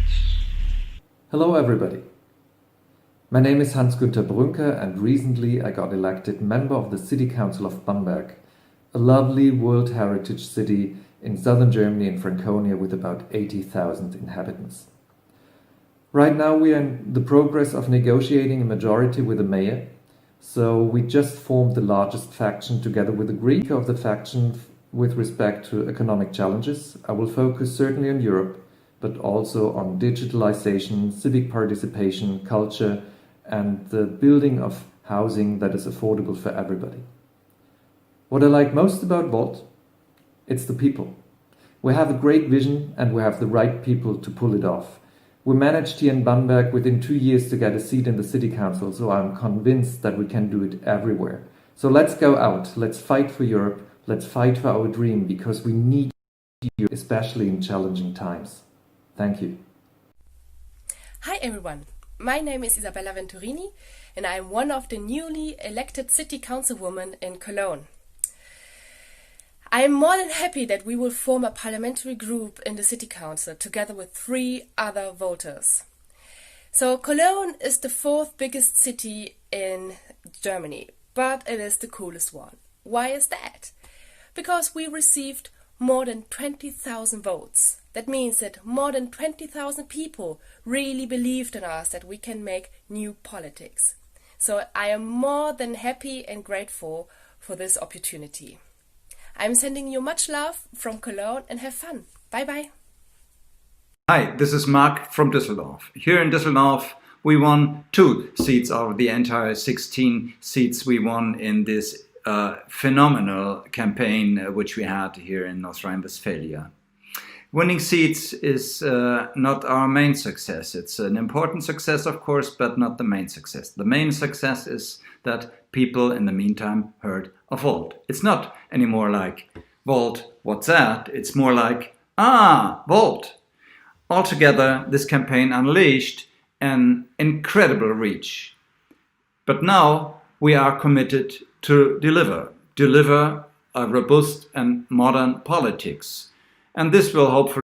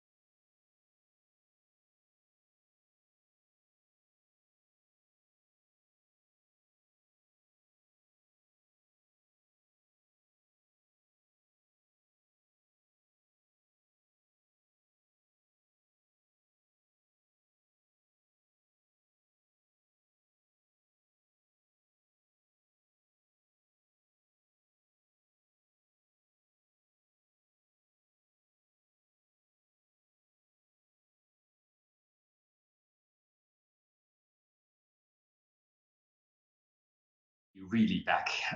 Sorry for the pause, which was a bit longer than foreseen.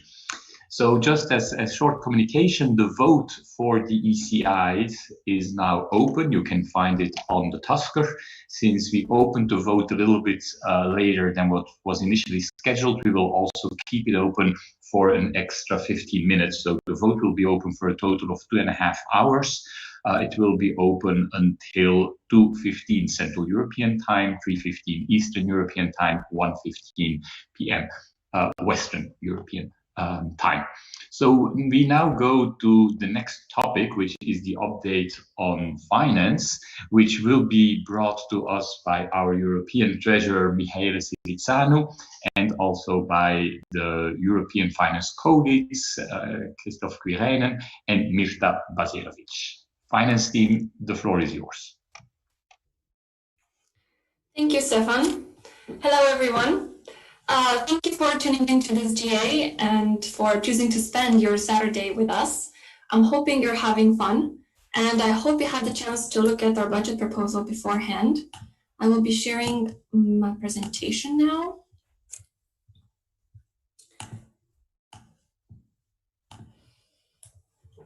If you didn't, however, I will try to do my best to give a thorough account of all the details. Before going into that, though, I'd like to give an overview of the situation for 2019-2020. These years are largely transitional years for Volt Europa. First and foremost, because as most of you know by now, we have switched associations from Luxembourg to Belgium.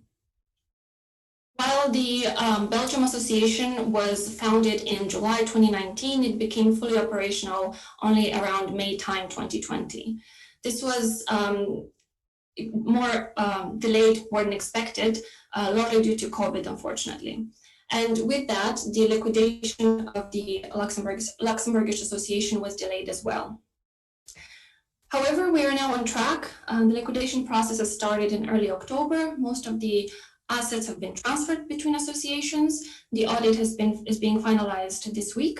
We will be calling for a GA to start the liquidation process, to appoint a liquidator who will then help us wind down the association. Another key event that happened in 2019 is, of course, election of the new European board. That meant we had a big European level restructure, which had a positive impact in the way we are working together. We have a new organigram structure. Stay tuned for that. Our amazing General Secretary Anouk will be presenting it. And yeah, we have new leads, new teams, and we're working in a much more organized way now. And lastly, I can't not mention COVID-19 and how it impacted our activities just like it did for any organization and business in the world, unfortunately. This impacted not only our operations, but the events that we had to postpone both on the European and local level. Now, year 2019 ended with a small loss of 5,000 euros, and there are a couple of key events that led to that. First and foremost, after the European elections, we had a clear slowdown in crowdfunding and donations. We organized 2 general assemblies in Rome and Sofia, which realized a total loss of about 22,000 euros. Even though we tried to break even every time we organize these events, it's quite difficult to balance the costs of organizing an event with the ticket prices and, more importantly, the ticket sales. The demand is the most unpredictable factor in this. Lastly, we've had quite high IT costs because we transitioned away from Nation Builder to our in-house developed platforms that we are now using, Volta Team and Tasker. For that, we spent about 36,000 euros in 2019. In 2020, a couple of key events have happened. First and foremost, we've started to segment our income revenues. And for the very first time, we formalized the collection of the membership fees. So far, we have received membership fees from 3 countries, Germany, Netherlands, and Austria. We, however, have made flexible arrangements with every country to give them time to prepare and make sure that they have the necessary prerequisites in place to be able to make the contribution. Next year, however, we are expecting that all countries will pay their membership fees. Next on, we have a parliamentary contribution of about 600 euros per month, which is further adding to the financial sustainability of Volt. We have a key event that happened in 2020 is the fact that we, for the very first time, organized a social impact campaign, Europe Cares. I'm sure most of you are aware about it by now, which had huge impact and has been very successful so far. Next on, we had no physical GAs, which unfortunately made it more difficult for us to see each other and work together, but it had a positive impact on our finances because online GAs can be conducted at no extra cost and are very accessible for everyone. Lastly, we have managed to implement the GA remuneration vote that we had last May and we have employed one of our general secretaries at a modest cost of €1,000 per month. Now, in a nutshell, the profit and loss report of Volt Europa from January to August shows that we've raised so far around €87,000. Main sources of income are the member association contributions, about 14,000, the crowdfunding that we organized at the GA not long ago, about 30,000. We've raised 15,000 in donations, and of course, the Europe Cares restricted funding at the end of August raised €19,000, but by now in October, the amount has almost doubled.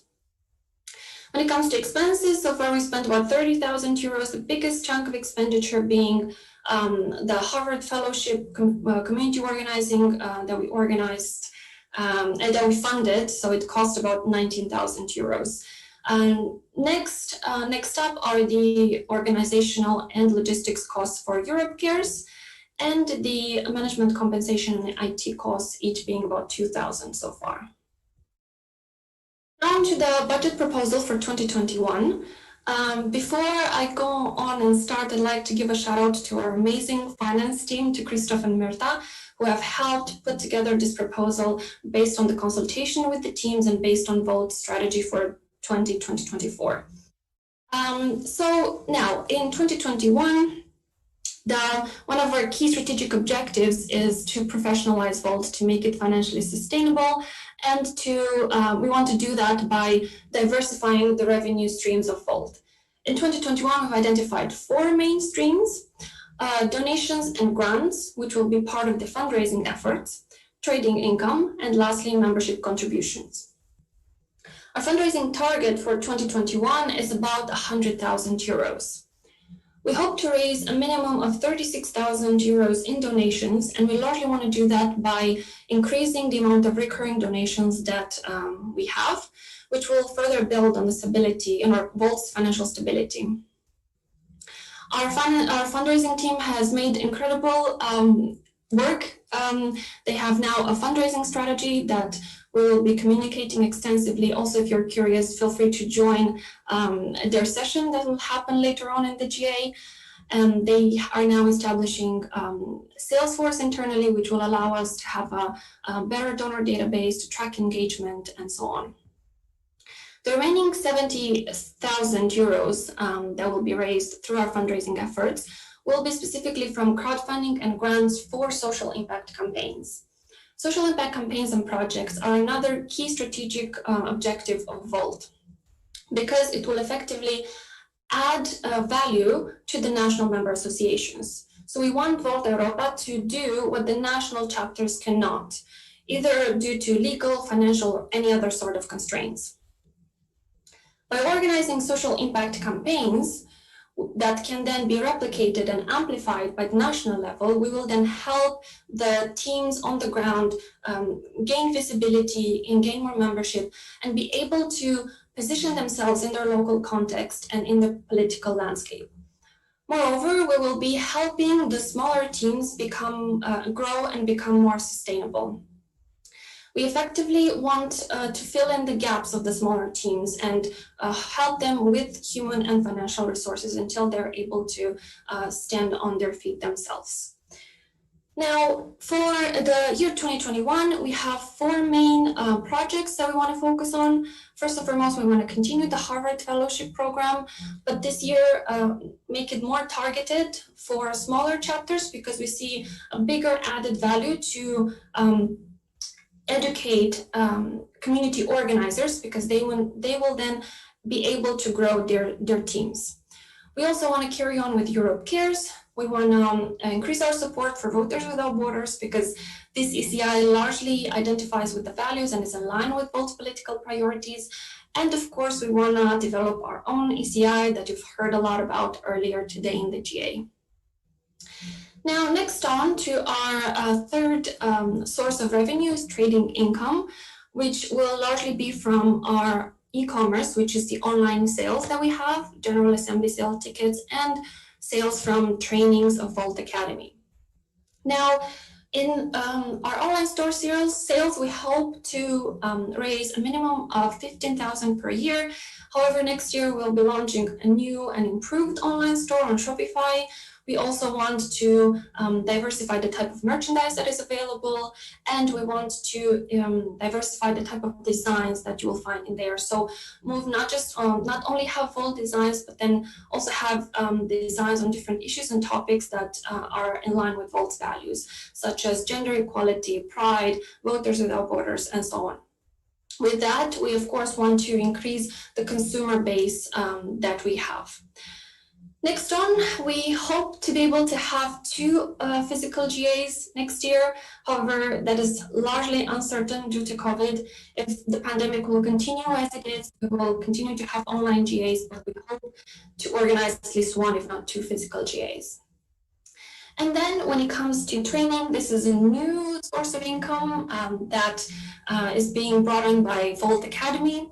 They are developing trainings right now, have a leadership development program in working that will be launched really soon. And we hope to, with that, to increase ticket sales and expand not only internally, but also externally to the wider public and stakeholders. Next one, we have membership income, which is going to be the most stable source of income for Volt, and I'm very happy we have finally reached the milestone to be able to have stable sources of income. We project to have about 60,000 euros from membership association contribution, individual membership, and parliamentary contributions. Next on, we have expenditures. So, of course, given that we are raising money for social impact campaigns, which is largely going to be restricted funding, except for 50% overhead cost, we project to have expenses on organizing this project. We expect to support 10 new Harvard Fellows at 50% of the cost next year, and have events, logistics, communication costs for Europe Cares and Voters Without Borders and the rest of the projects I've mentioned before. So next on, we have about 50,000 euros for General Assemblies. As you will notice, we have projected a 10,000 euros loss based on historic experience. Then we will have an IT cost of about 37,000.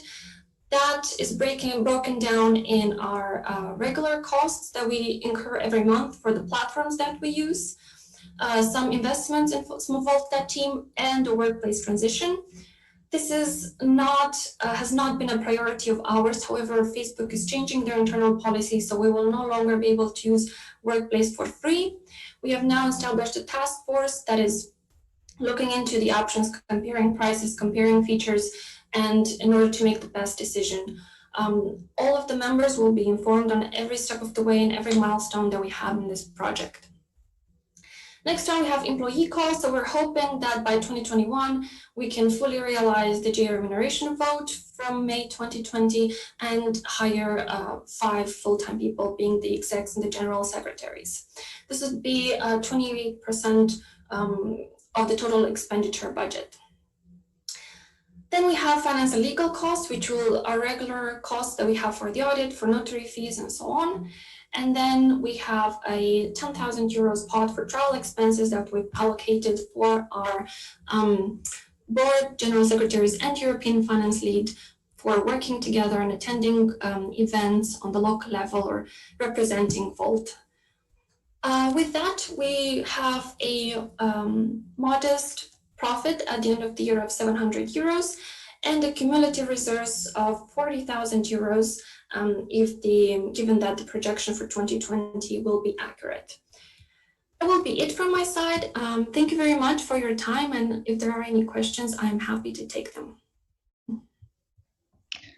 As a matter of fact, Michaela, there are some questions. Nothing too difficult. Don't be afraid. One question comes from Janssen from the Netherlands, and he is asking if most of the high shipping costs are related to the Europe Cares campaign. Yes, they are. Short question, simple answer.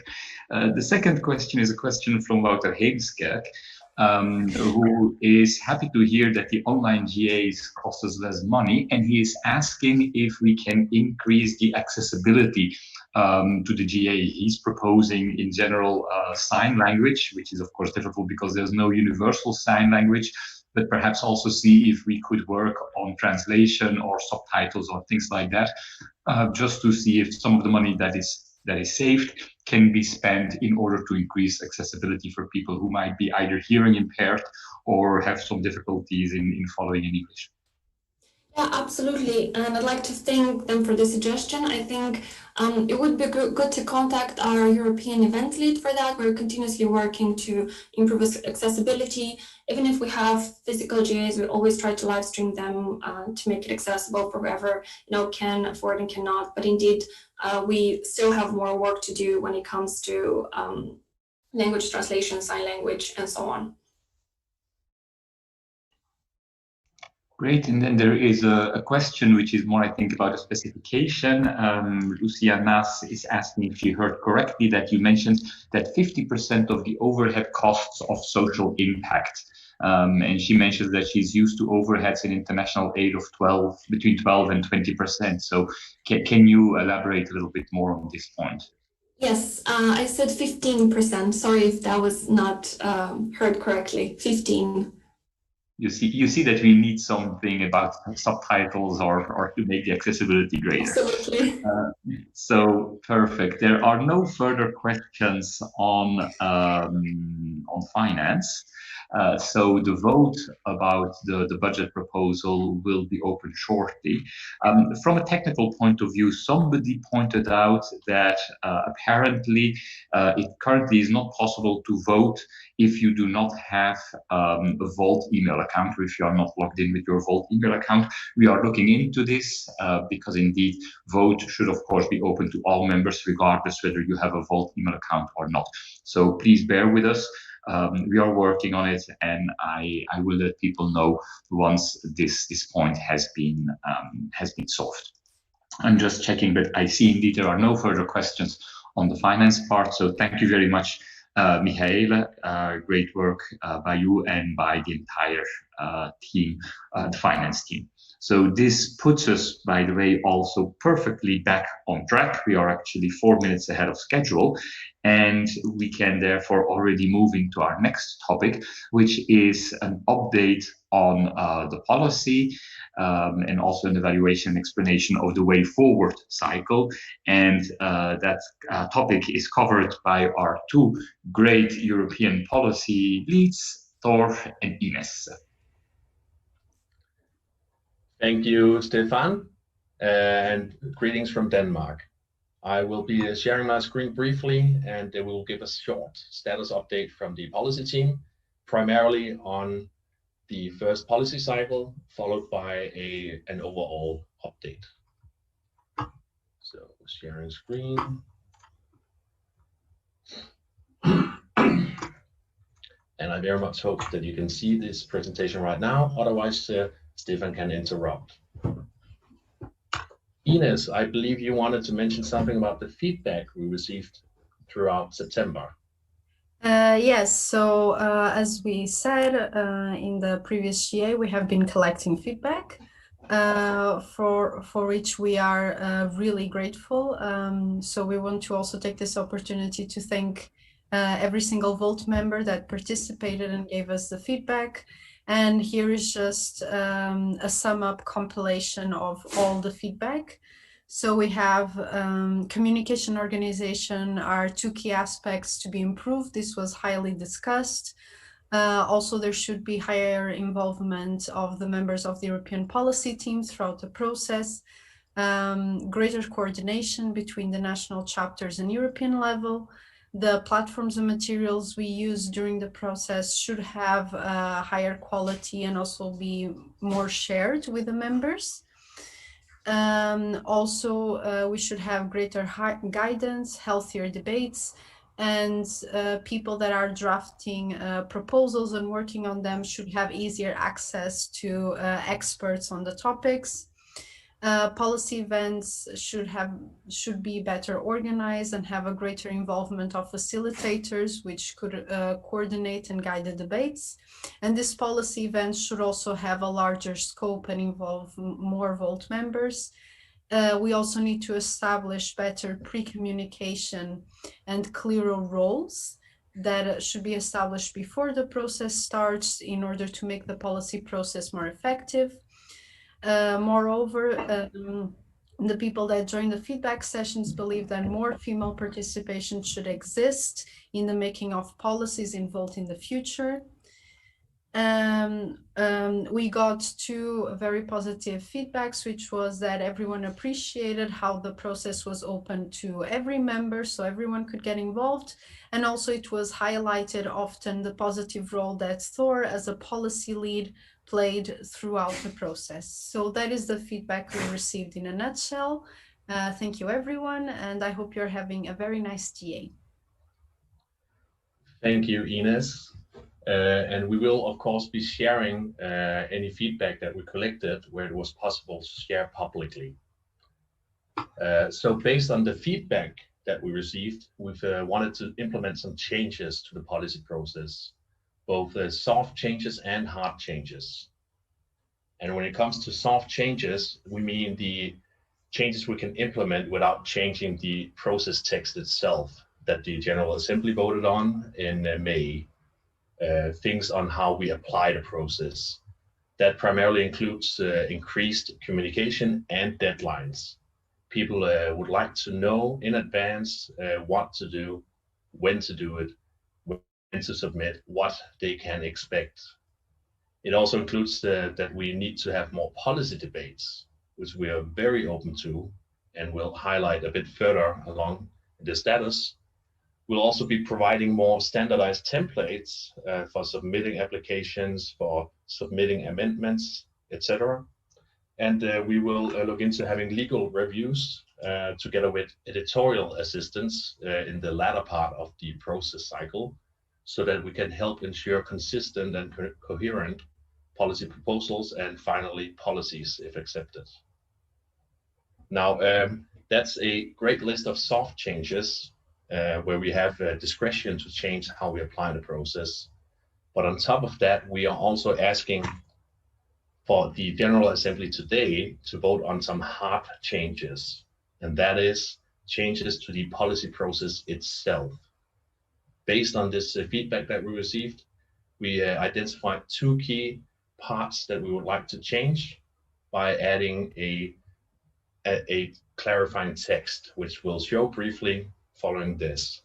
The first part is that we would like to have a requirement that you must file your initiative 1 month in advance of the application deadline. We did see several initiatives that were only announced to the policy team days in advance of the application deadline. And this meant that there was no possibility for the rest of Volt to participate in the policy drafting or to even give their input on the policy drafting. So in order to prevent this or prevent this, we would like to require that you at least have to file your initiative 1 month in advance. This does not mean that you have to have a finalized proposal a month in advance, but simply that you must tell the policy team what you're working on so that you can potentially submit it a month later. In fact, we would love for all of you to submit and file your initiatives now.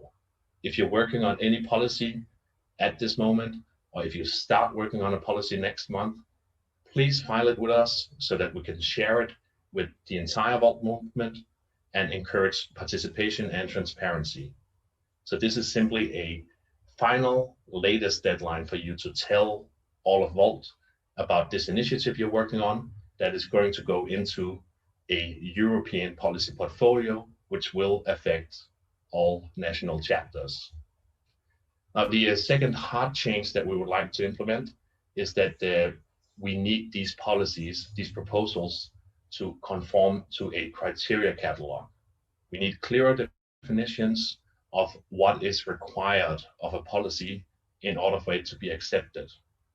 And that includes, among others, a clear definition of where to be inserted in the policy portfolio, a reason for the proposal or the definition of a goal, and it includes more practical matters such as could we even debate the policy 14 days prior to the application deadline. This is part of the policy debate events that we would like to add. You'll see those briefly, but we definitely want to have a open policy debate 14 days in advance of the application deadline so that you can ask the drafters questions about their upcoming policies. Now, these hard changes will be opened in a vote right now or in 5 minutes, I believe. And we do encourage you to vote. If you can still see my screen, you'll see that there's a link you'll be asked to vote on with the change to the policy process that we are suggesting. And that is that a proposal is eligible for application when the initiative was filed to the policy team at least 30 days before the submission deadline, and it adheres to the criteria catalog put out by the policy team. We believe that both of these changes can improve both the transparency and involvement and quality of the policies that we will be implementing in the European policy portfolio. So again, look at the vote that you can see on your Tosca page, look at the proposed amendment, take a look at the rationale and some of the examples of criteria. These will of course be communicated widely and clearly far in advance of the next application deadline. Ines, I believe you wanted to say a few words. Yes, so we wanted to share with everyone the main dates for the policy cycle 2. So the kickoff at the General Assembly on October 3rd, so today. Initiatives must be filled latest on January 18, 2021. Application deadline will be on February 15, 2021. And finally, the final voting on amendment proposals will be on the 3rd of April, 2021. And of course, more information is to come. We thank you for your patience on this. And of course, as was the feedback, we will do our best to improve pre-communication and effective communication throughout the next cycle. So thank you very much. Back to you, Thor. Thank you, Ines. So these dates will of course be shared outside of the General Assembly and repeated as often as possible. But aside from the policy process itself and accepting your great policy proposals, we also have a lot of other work that's happening in the policy team. Some of this is also based on the feedback we received. That is, we will start some Volt Meets Policy debate events with the topical debate events at a predefined format for local teams to participate in pan-European debate events. We will also start strategic policy debates as requested from the European board so that the board can become more involved in defining the direction going forward for our policies and our priorities. And next to that, as mentioned earlier, we want to have policy cycle debates for the proposals that are announced and about to be submitted, so that we have more lively and involved debate about what's coming up, what we'll be working on and amending. We're also working on increased local policy coordination, and that is currently focused on election programs, so that we can learn from each other and how we've defined and worked on those. And we also have a task stream on gathering national party requirements so that we can help assist with translating the European policy portfolio into national and local portfolios. Ines, I think you're next. Thank you. So thank you, Thor. So currently the European policy team is working on several policy initiatives that we would like to share with you. So Smart State is currently working on European defense system and federal healthcare. Our social equality facilitators are working on anti-racism, migration, and refugees. Our citizen empowerment facilitators are working on the electoral and voting systems, voting rights for all EU citizens, citizen assemblies, mandatory contact between MPs and represented citizens, local humanitarian associations, and access to public services. Finally, EU Reform is working on 4 defense initiatives: space policy, aviation policy, the Israel and Palestine Compromise, foreign policy, and the European Federal Republic. And we do invite anyone who would like to get involved in the drafting and in the making of these policies to contact the European policy team and the facilitators. That it's all. Thank you very much. And as Thor was also mentioning, this will all be shared in the future. So thank you. Thank you, Ines. And while we're looking at this big list of initiatives from the policy team, I'll remind you that, of course, anyone involved can start a policy initiative. If you do so, and if you file your initiative, that is your topic name and a very brief description, then we will promote it for you, and we will give you the tools and infrastructure and support needed to start developing your policies. Following this presentation, we'll have a Q&A. So if you have questions about what you've just seen, please start typing them into the question form that I believe has been linked on your Tusker voting page. But before we go into Q&As, I would also like to highlight that we have some vacancies on the European policy team. We have the Global Balance Challenge, where we in fact need 2 facilitators to fulfill the role, to start creating new policies and to coordinate with the national policy teams. So we are lacking both a male and female facilitator for the Global Balance Challenge. And in the Economic Renaissance Challenge, we are missing a female facilitator. On top of that, we are looking to get some editorial leads on board, preferably native English speakers, or at least with a C1, C2 competency level. And next to that, we invite interns to help out with the policy process work or even the coordination work. We do have some working with us currently. As with everything else in the Volt, for most parts, everything here is of course a voluntary position. There's no remuneration. Same thing for Ines and myself. So please send us an email or a chat on Workplace if you are interested in any of these vacancies. And with that, I believe we can move to Q&A, and I hope we have received some interesting questions in the question form that has been submitted. Thank you, Thor and Ines. There are indeed some questions, not too many, and we are doing well on time. So if people want to ask questions, please go ahead.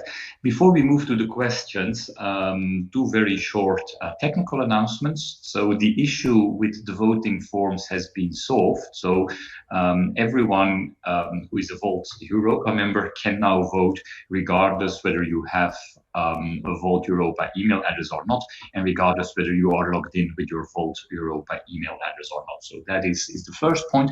The second one is about the voting form for the ECI. It was brought to our attention that if you try to vote with your phone, you might see only the first 3 points. So give 1 point, 2 points, or 3 points. In that case, tilt your phone 45 degrees, so you have the screen horizontally, and in that case you should be able to give the points 1, 2, 3, 4 up to 6, so that you can indeed conduct that vote. So sorry, Thor and Ines, to steal part of your thunder with these 2 technical announcements, but they are quite important. So let's move on to the questions. They are quite short. The first one comes from Luciana's. She is asking what we are doing, or what the policy team and the policy process is doing about more engagement from outside of Volt, as mentioned also by Reinier during his welcome speech. Thank you for that question. It's very pertinent, in fact, to some of the criteria that we have listed. Any good Volt policy, as we've also seen in a lot of the existing policies in the portfolio, should contain references to best practices and should contain references to scientific research.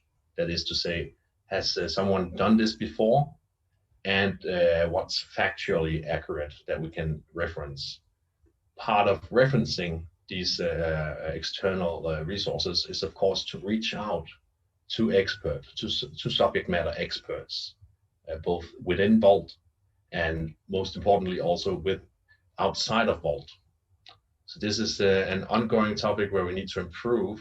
I believe the board is also working on setting up even better advisory roles when it comes to communications and policy. And I am sure that we will receive some interesting news on that in the not too distant future. Great, thank you very much. The second question comes from Paulo Alexandre, who is asking, will the criteria catalog be mandatory from now on? If yes, what if any of the criteria are not met, or how do you judge the fulfillment of these criteria? Very relevant question now that we are asking you to give us that mandate. Well, the criteria catalog will be very factual and objective, as you have already seen in the examples that were highlighted here.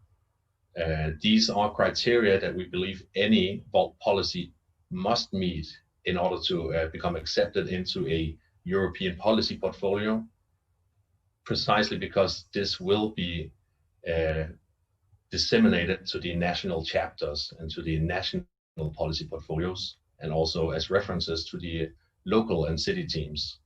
So the criteria that will be listed will be mandatory in order for applications to be accepted. And that, of course, means that we must be very clear on what the criteria are and communicate them far in advance. Given that the next application deadline is in February, I believe that most of you will be very happy to receive even the very first and very clear criteria catalog in October.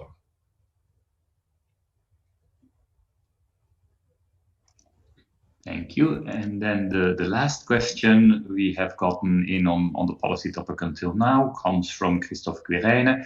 Given the importance of the policy procedure, would it be an idea to make the policy procedure part of the internal regulations? I actually wanted to give Ines one of these questions because I'm hogging the screen time right now, but I can definitely mention, because I just talked with Jeffrey about this, Jeffrey Ludwig, that this is the direction we are heading towards, which is also why we are trying to keep as many specific practicalities out of the policy process text itself. So yes, this is the direction that we are going to.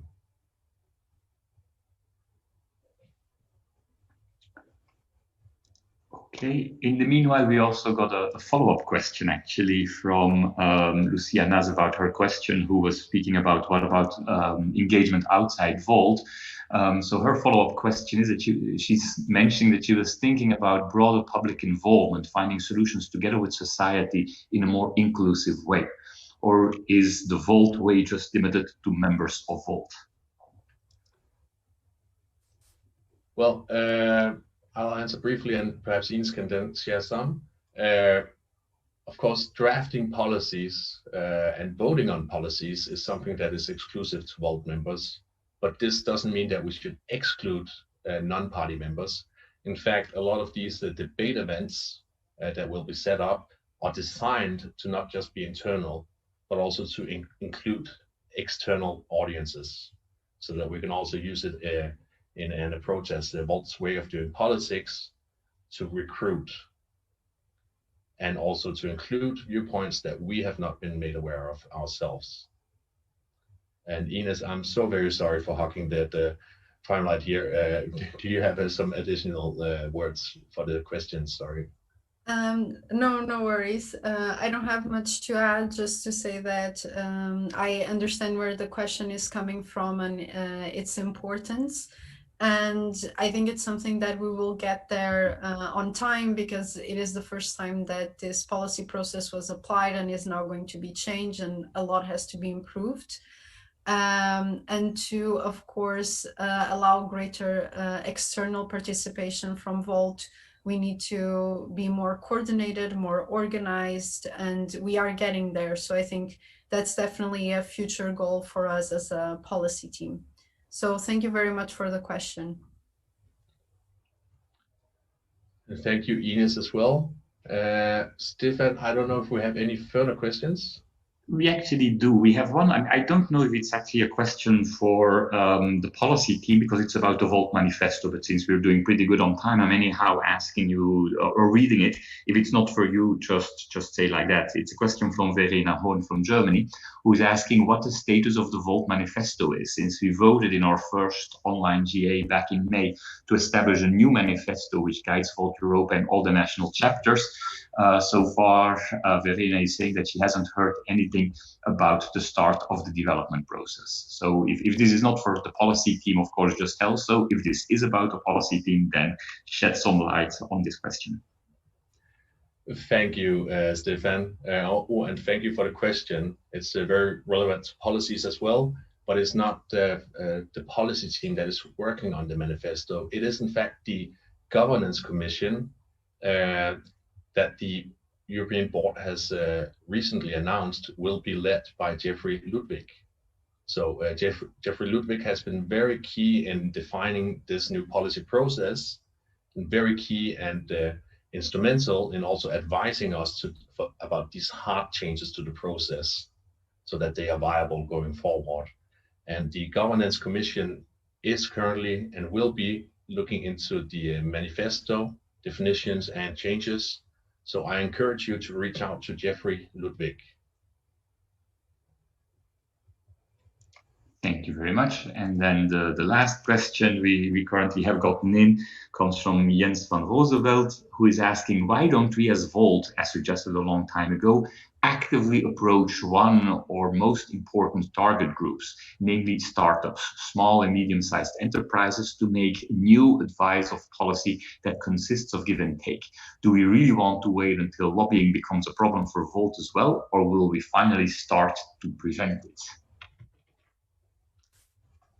Good question. I believe this also includes some outreach beyond policy, but I would very much suggest that you reach out to our Smart State facilitators. There could be some good coordination here in both outreach and in the feedback that we will get to develop new policies.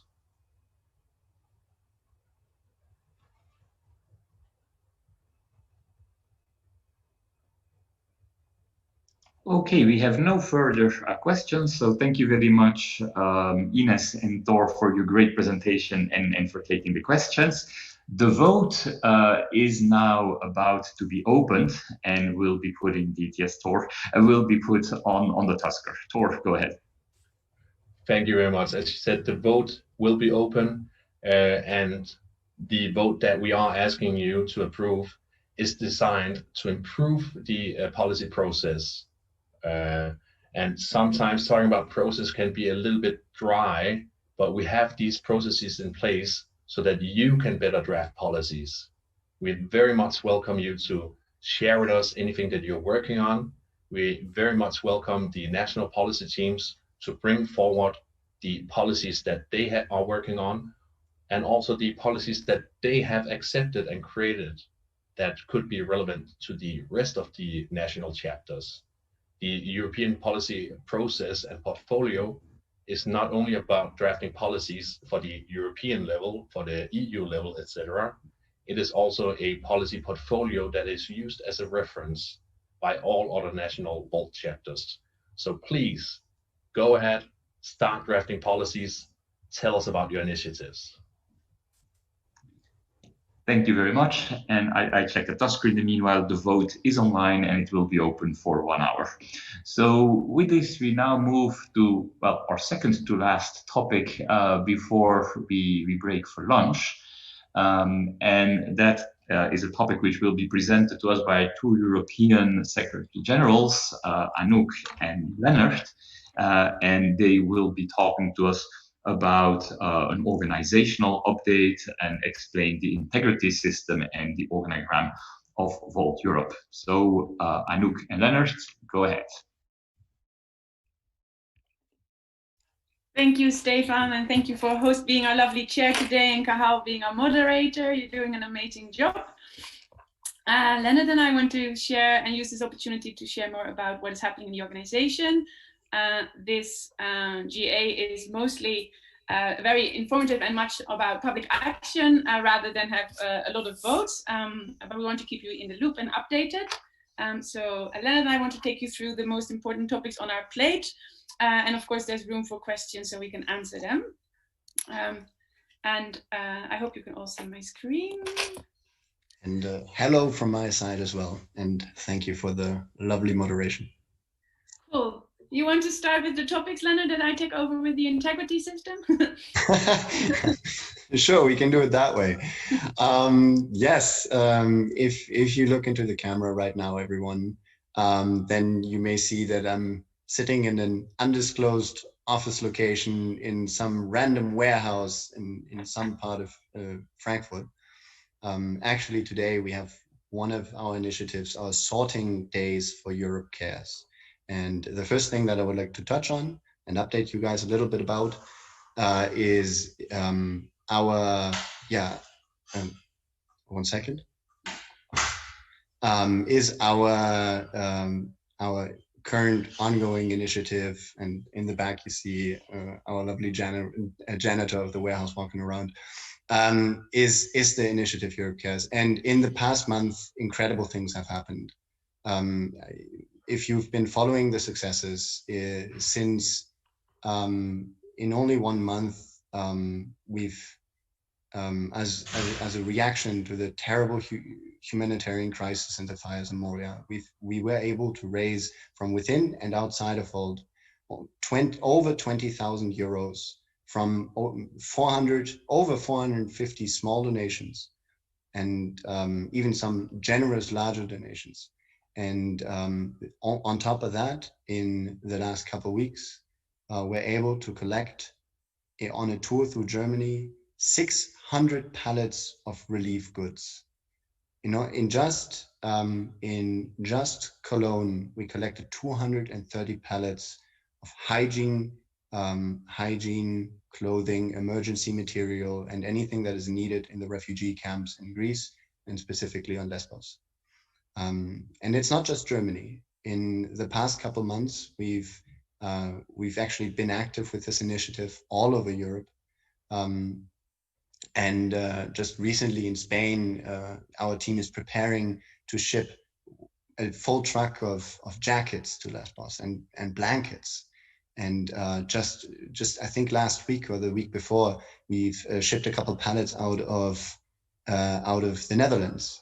And I think what is absolutely insane for myself to hear is that our partners that are on the ground and doing really, really great work in the camps and in the hotspots of the crisis is that we have in such a short time become the largest collection organization in Europe. This is what our partners tell us. And we're able to raise so many valuable goods that are now in the next weeks and months shipped over there, shipped to the hotspots. So I want to thank all volunteers, all members, all team members, our volunteers, Torben and Sven, who came up with the tour, and our coordinators in the different countries for their efforts, for their incredible time, anyone who donated, and anyone who even shared anything about Europe Cares for what you've done. And I think together we are continuing to build and scale this part of our movement. And I mean, if you had told us this a month ago, we would have called you crazy. But the successes are the result of this underlying idea that we want to move the crisis, the terrible situation over there, closer to the minds of people and to the everyday reality of people, and give everyone a chance to participate, to do something about it. And we believe, and this has really been validated by everybody who participated, that once you do something, once you even donate a toothbrush, your relationship with the crisis changes. And this is a concept that we want to continue as Volt and want to continue as Europe Cares and with our movement, and believe that this is one of the fundamental ideas of what we are about. We demand in politics and we do as a movement. And so with that, I close the subject of Europe Cares. Thank you so much to everyone who's participated. Europe Cares is not the only thing that's going on. And I know that all of you are very well aware of that. And one of the very important subjects that I personally have been involved with, but a large team on the European level has been involved with, is that we will, in December, say goodbye to workplace. Workplace has been a great asset for us. It has brought us together and connected us across the continent, across countries. Now we have to move on. We are forced to do so, but this comes at a time that is also very convenient because we need to move on. We can't be dependent on Facebook, and this has been a very, very reoccurring criticism of how we work as an organization, is that we have all these great demands and stances, and then we make ourselves dependent on Facebook. We can't do that. We can't continue like that. And now we have to move on. So our team has been working hard on finding an alternative.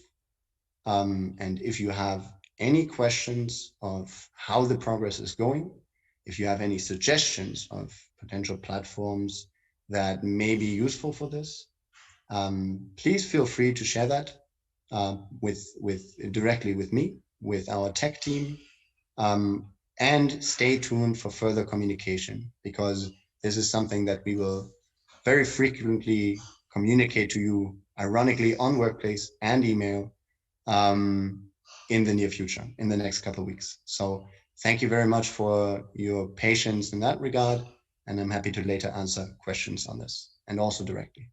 So thank you from my side. Thank you for participating in today's GA. And I'm very, very happy to hand over to Anouk. Thank you so much. Thank you, Leonard. What I would really want to take everyone with is which is linked to the fact that we not only care about Europe and we care about the refugees in Moria, but we also care about our members and all of you. And that's why what we've been working also on is in the integrity system to set up, which I shared about a little bit already at the extraordinary GA in June. And I want to go through it a little bit again with all of you to let you know where we're going. And so there's, for the integrity system that we are setting up, is a bit working together with the current conflict resolution body, but also adding on to structures. So basically what we see is that this is there's two processes. There's one which is all about enforcement, which is about when people treat each other badly, and that we need to call out on that. And there is the part where we also want to learn from our mistakes and to really show with everyone and discuss with everyone what are like the fair and just decisions that we make, and how do we treat each other and behave with each other in a good way. So both processes are equally as important, where eventually I'm a firm believer that with the enforcement system, It is something where you punish behavior, but it's also about preventing, because I'm a firm believer that many people don't tend to treat each other badly, but just don't know how their messages comes across to other people or how it's perceived. So it's really much about also learning from that angle. And for me, what is also really, really cool that I want to do, and that we're also trying to do on a political level, is to look much more on our moral values and discuss like what is important, what does it mean, and what are the lines between that.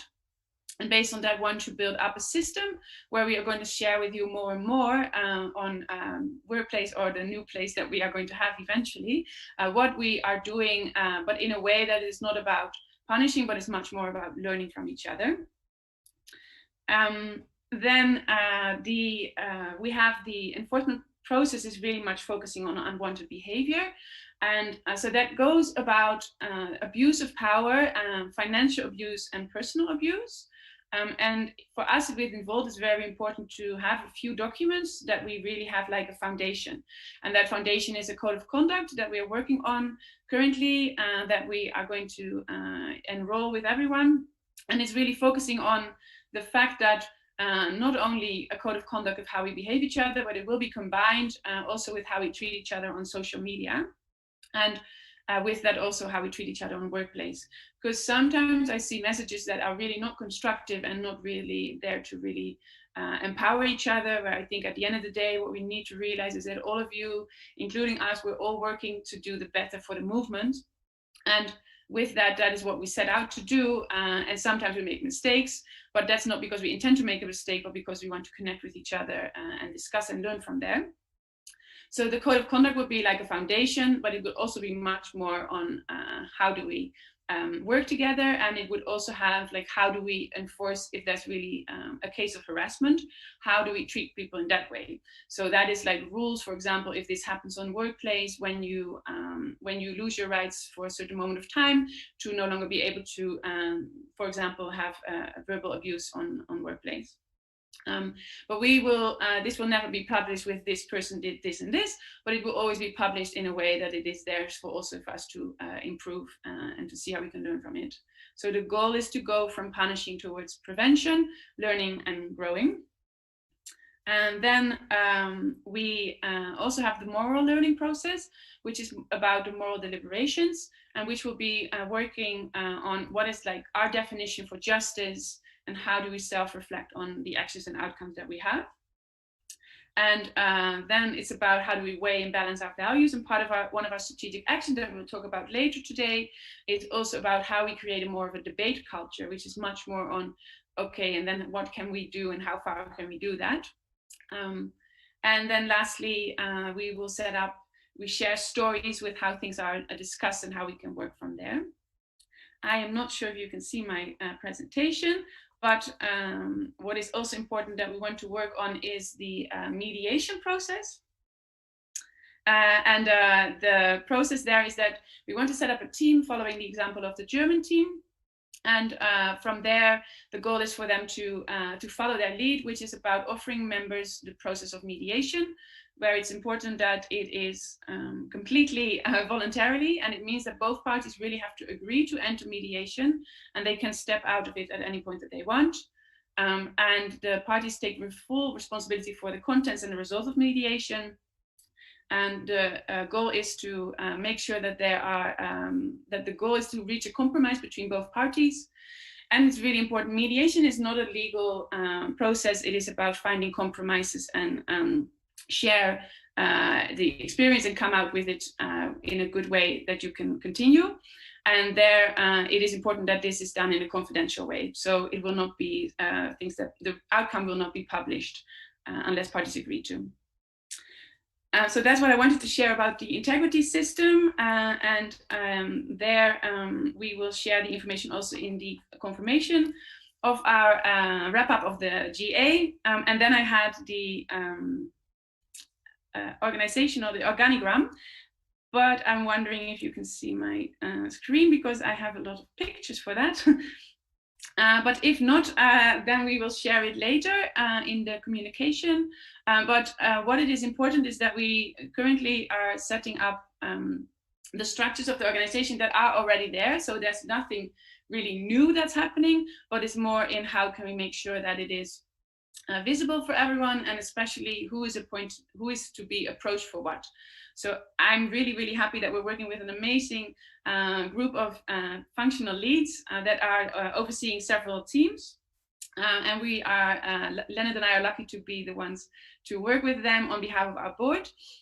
And what is important to know is that they focus on specific topics where in an ideal world, this is what we would see that every national chapter within the organization has grown to, and the topics that need attention. And we, for example, with how we guide our national chapters, want to support them in how do you grow this far. And with the functional leads, they really want to set up their national teams to also have a lot of talks and interaction with the national chapters to see where to help them out. And for that, it is important that in the last session of today, before we go to the public action, is that there's session to interact with the functional team leads, so that you can also hear about what they're working on towards the strategic objectives. And with that, I think that's my part. And I really want to thank everyone. Thank you very much, Anouk. Thank you very much, Leonard. You have been very clear because there are no questions. There is just one comment from Lucia Nas, which I gladly read, because she's saying that the way in which Europe Cares has mobilized people can inspire our policy-making processes. Congratulations. So job well done, and I'm very happy to also get this kind of positive feedback. So with this, we go to our very last subject and then also to our break. I now have the pleasure to actually announce that Marlies Steinhauser, co-president of Volt Österreich, Volt Austria, is joining us. And afterwards, we will also actually connect live to what is currently going on in Vienna. So anyhow, it will be like all of us are participating in this GA in Vienna. There will be, for technical reasons, a very short pause after Marlies's intervention and before we are able to technically switch to Austria, to Vienna. So please bear with us. But right now, I gladly pass the floor to Marlies.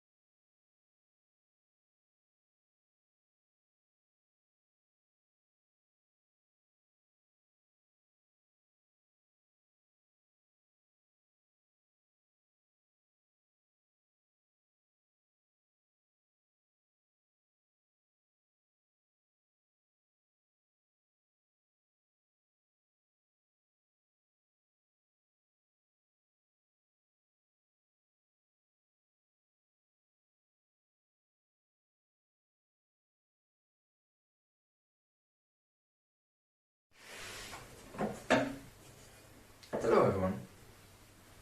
My name is Tim Pasch and I send you the warmest greetings from Münster. We took part in this year's election in North Rhine-Westphalia and got 2 seats, 2.6% of the total vote, which means 4,000 votes in total. We are very happy and excited and we are looking forward to the upcoming term and everything that comes along with this. We will try our best to implement everything that we worked for and put everything into practice that we worked out in this beautiful program, which is, by the way, available in 6 other languages, which was only possible with the help of many of you guys. With this, I can only remain by wishing all of us a pleasant and productive GA, and I want to remain with one final advice for you, and that is that you always stay true to yourself, keep calm, and don't take yourself always too seriously. Goodbye, everyone.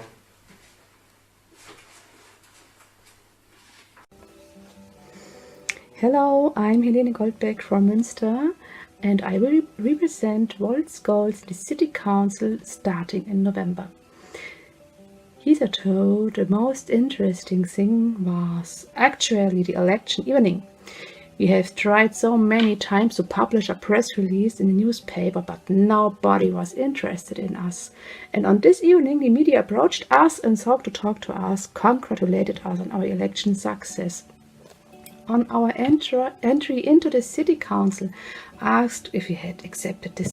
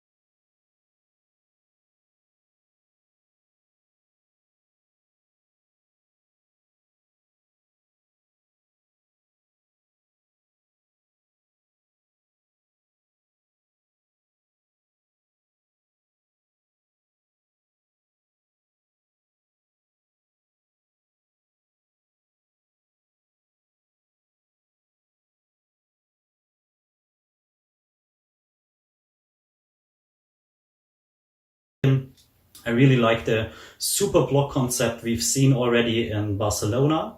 And I guess we can learn a lot from Estonia when it comes to digital solutions in the government. So this is what I will do for the next 6 years. And also, of course, Europe is really important for me, which is why we have a lot of solutions what we can do for non-German EU citizens living here in Munich, like, for example, a EU welcome desk.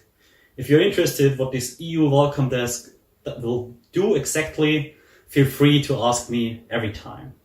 I'm really happy to start this interesting project.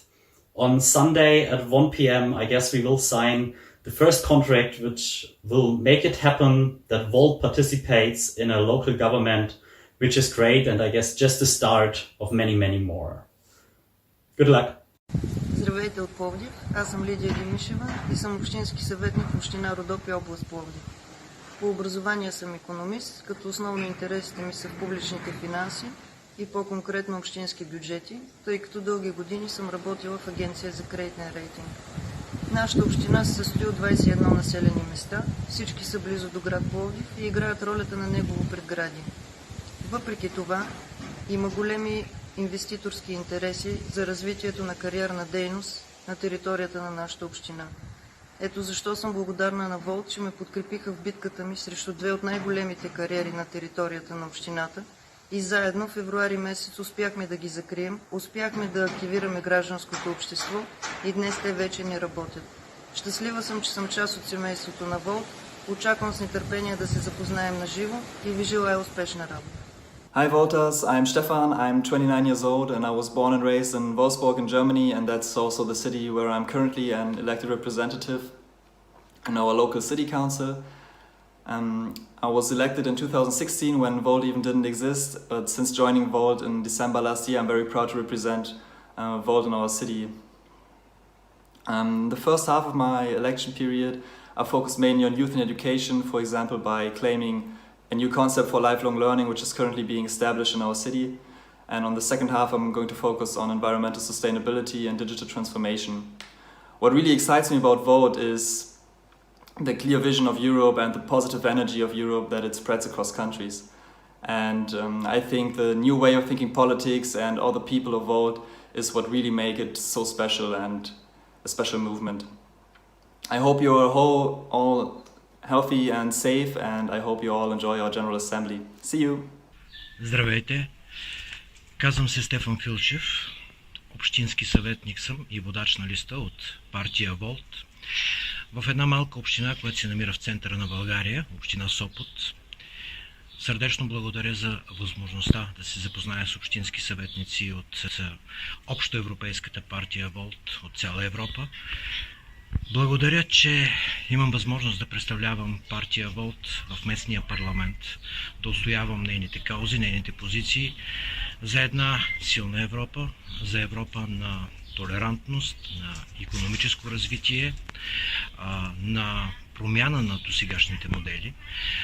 Какво представлява моето градче? То се намира в центъра на България, сърцето на Розовата долина.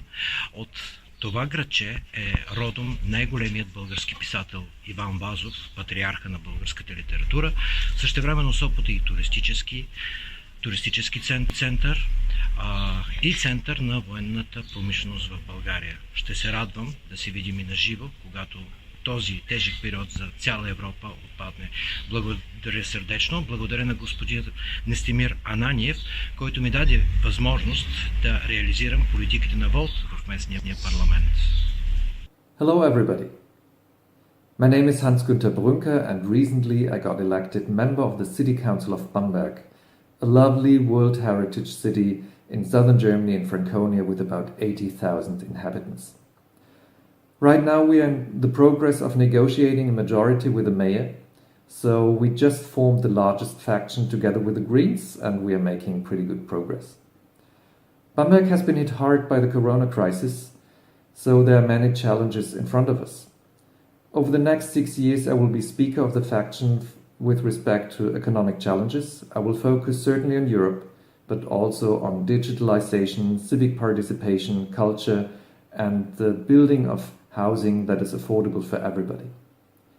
What I like most about Volt? It's the people.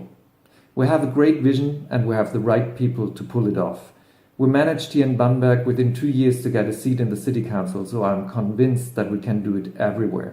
So let's go out, let's fight for Europe, let's fight for our dream, because we need Europe, especially in challenging times. Thank you.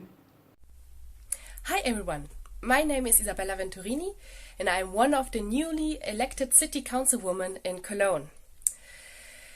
I am more than happy that we will form a parliamentary group in the city council together with 3 other voters. So Cologne is the 4th biggest city in Germany, but it is the coolest one. Why is that? Because we received more than 20,000 votes. That means that more than 20,000 people really believed in us that we can make new politics. So I am more than happy and grateful for this opportunity. I'm sending you much love from Cologne and have fun. Bye bye. Hi, this is Mark from Düsseldorf. Here in Düsseldorf we won 2 seats out of the entire 16 seats we won in this phenomenal campaign which we had here in North Rhine-Westphalia.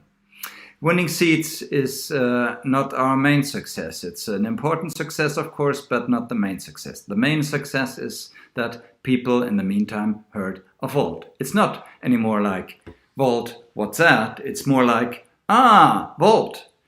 Altogether, this campaign unleashed an incredible reach.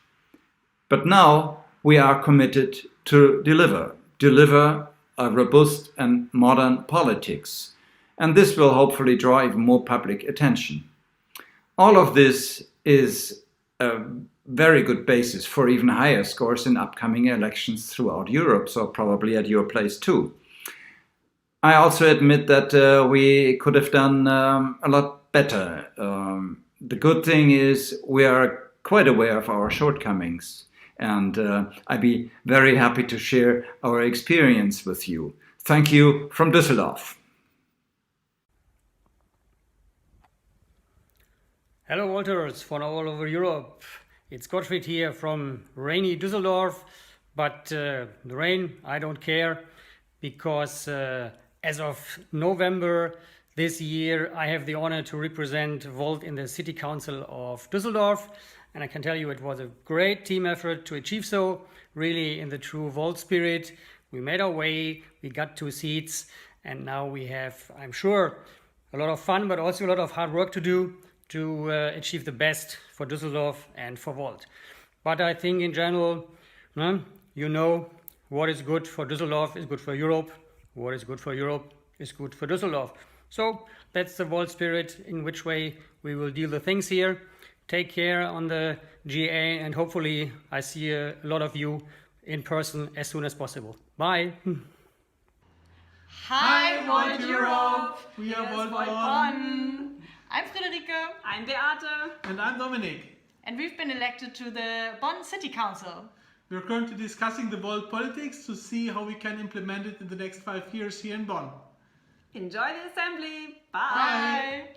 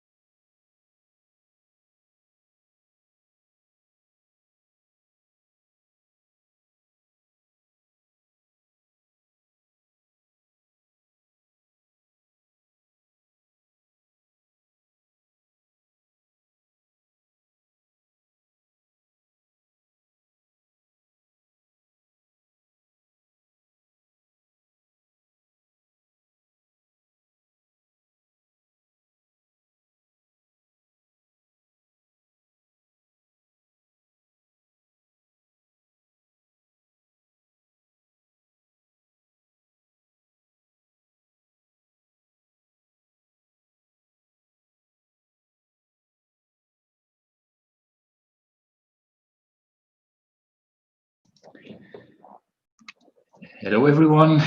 We are back online now. Apparently, there were some issues with the audio from Vienna before we took the break. I'm sorry for that.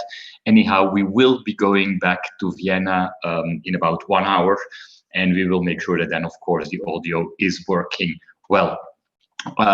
Before we move to the next topic, which is about the strategy commission, just some practical points. So the three votes of today's GA, the one on the budget, the one on the policy, and the one on the ECI, are still open, and they will still be open for the next 44 minutes, so until 2:15. Central European time, that is 3:15 in the East and 1:15 in the West. Regarding the ECI vote, there are still some people who apparently have issues with it if they connect or if they try to vote from their phone or from a tablet. In that case, if you do not see all 6 points, make sure that you scroll through the right or put your screen in landscape mode. So put it horizontally, and then things should be working. And then the last technical point, some people were asking about the presentations that are shown during today's call. Some of the presentations are already in the agenda of the GA. So just by clicking on the links in the agenda, you will be able to see and look at those presentations also later. But now, without further ado, I want to pass the stage to our co-leads of the Strategy Commission, Michel Glosch and Christoph Hagenborn.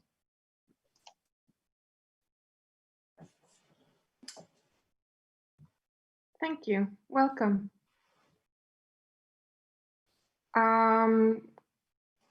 Christoph, I believe you wanted to share our presentation. Wonderful. So, the Volt strategy for Europe, I believe a lot of you have already heard from it. We first want to introduce our team, because up to now we haven't done that before.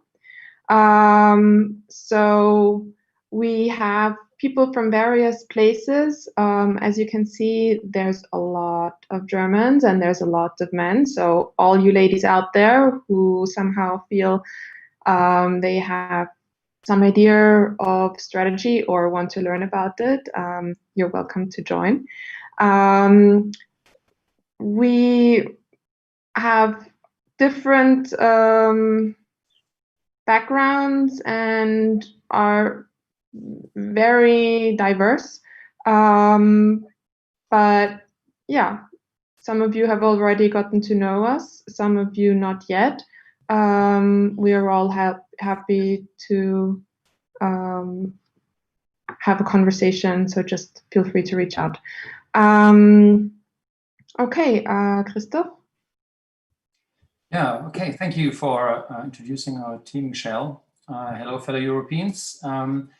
I would like to continue, and don't be afraid, it's just a little bit of strategy theory, but don't take it too scientific. Actually, strategy is foremost a process that happens between people to align their assumptions about the future, right, that we see here. We are today at a certain position, and we need to align our assumptions what the future will be. And this we express through our vision and through long-term objectives. We then have to agree how we reach this future.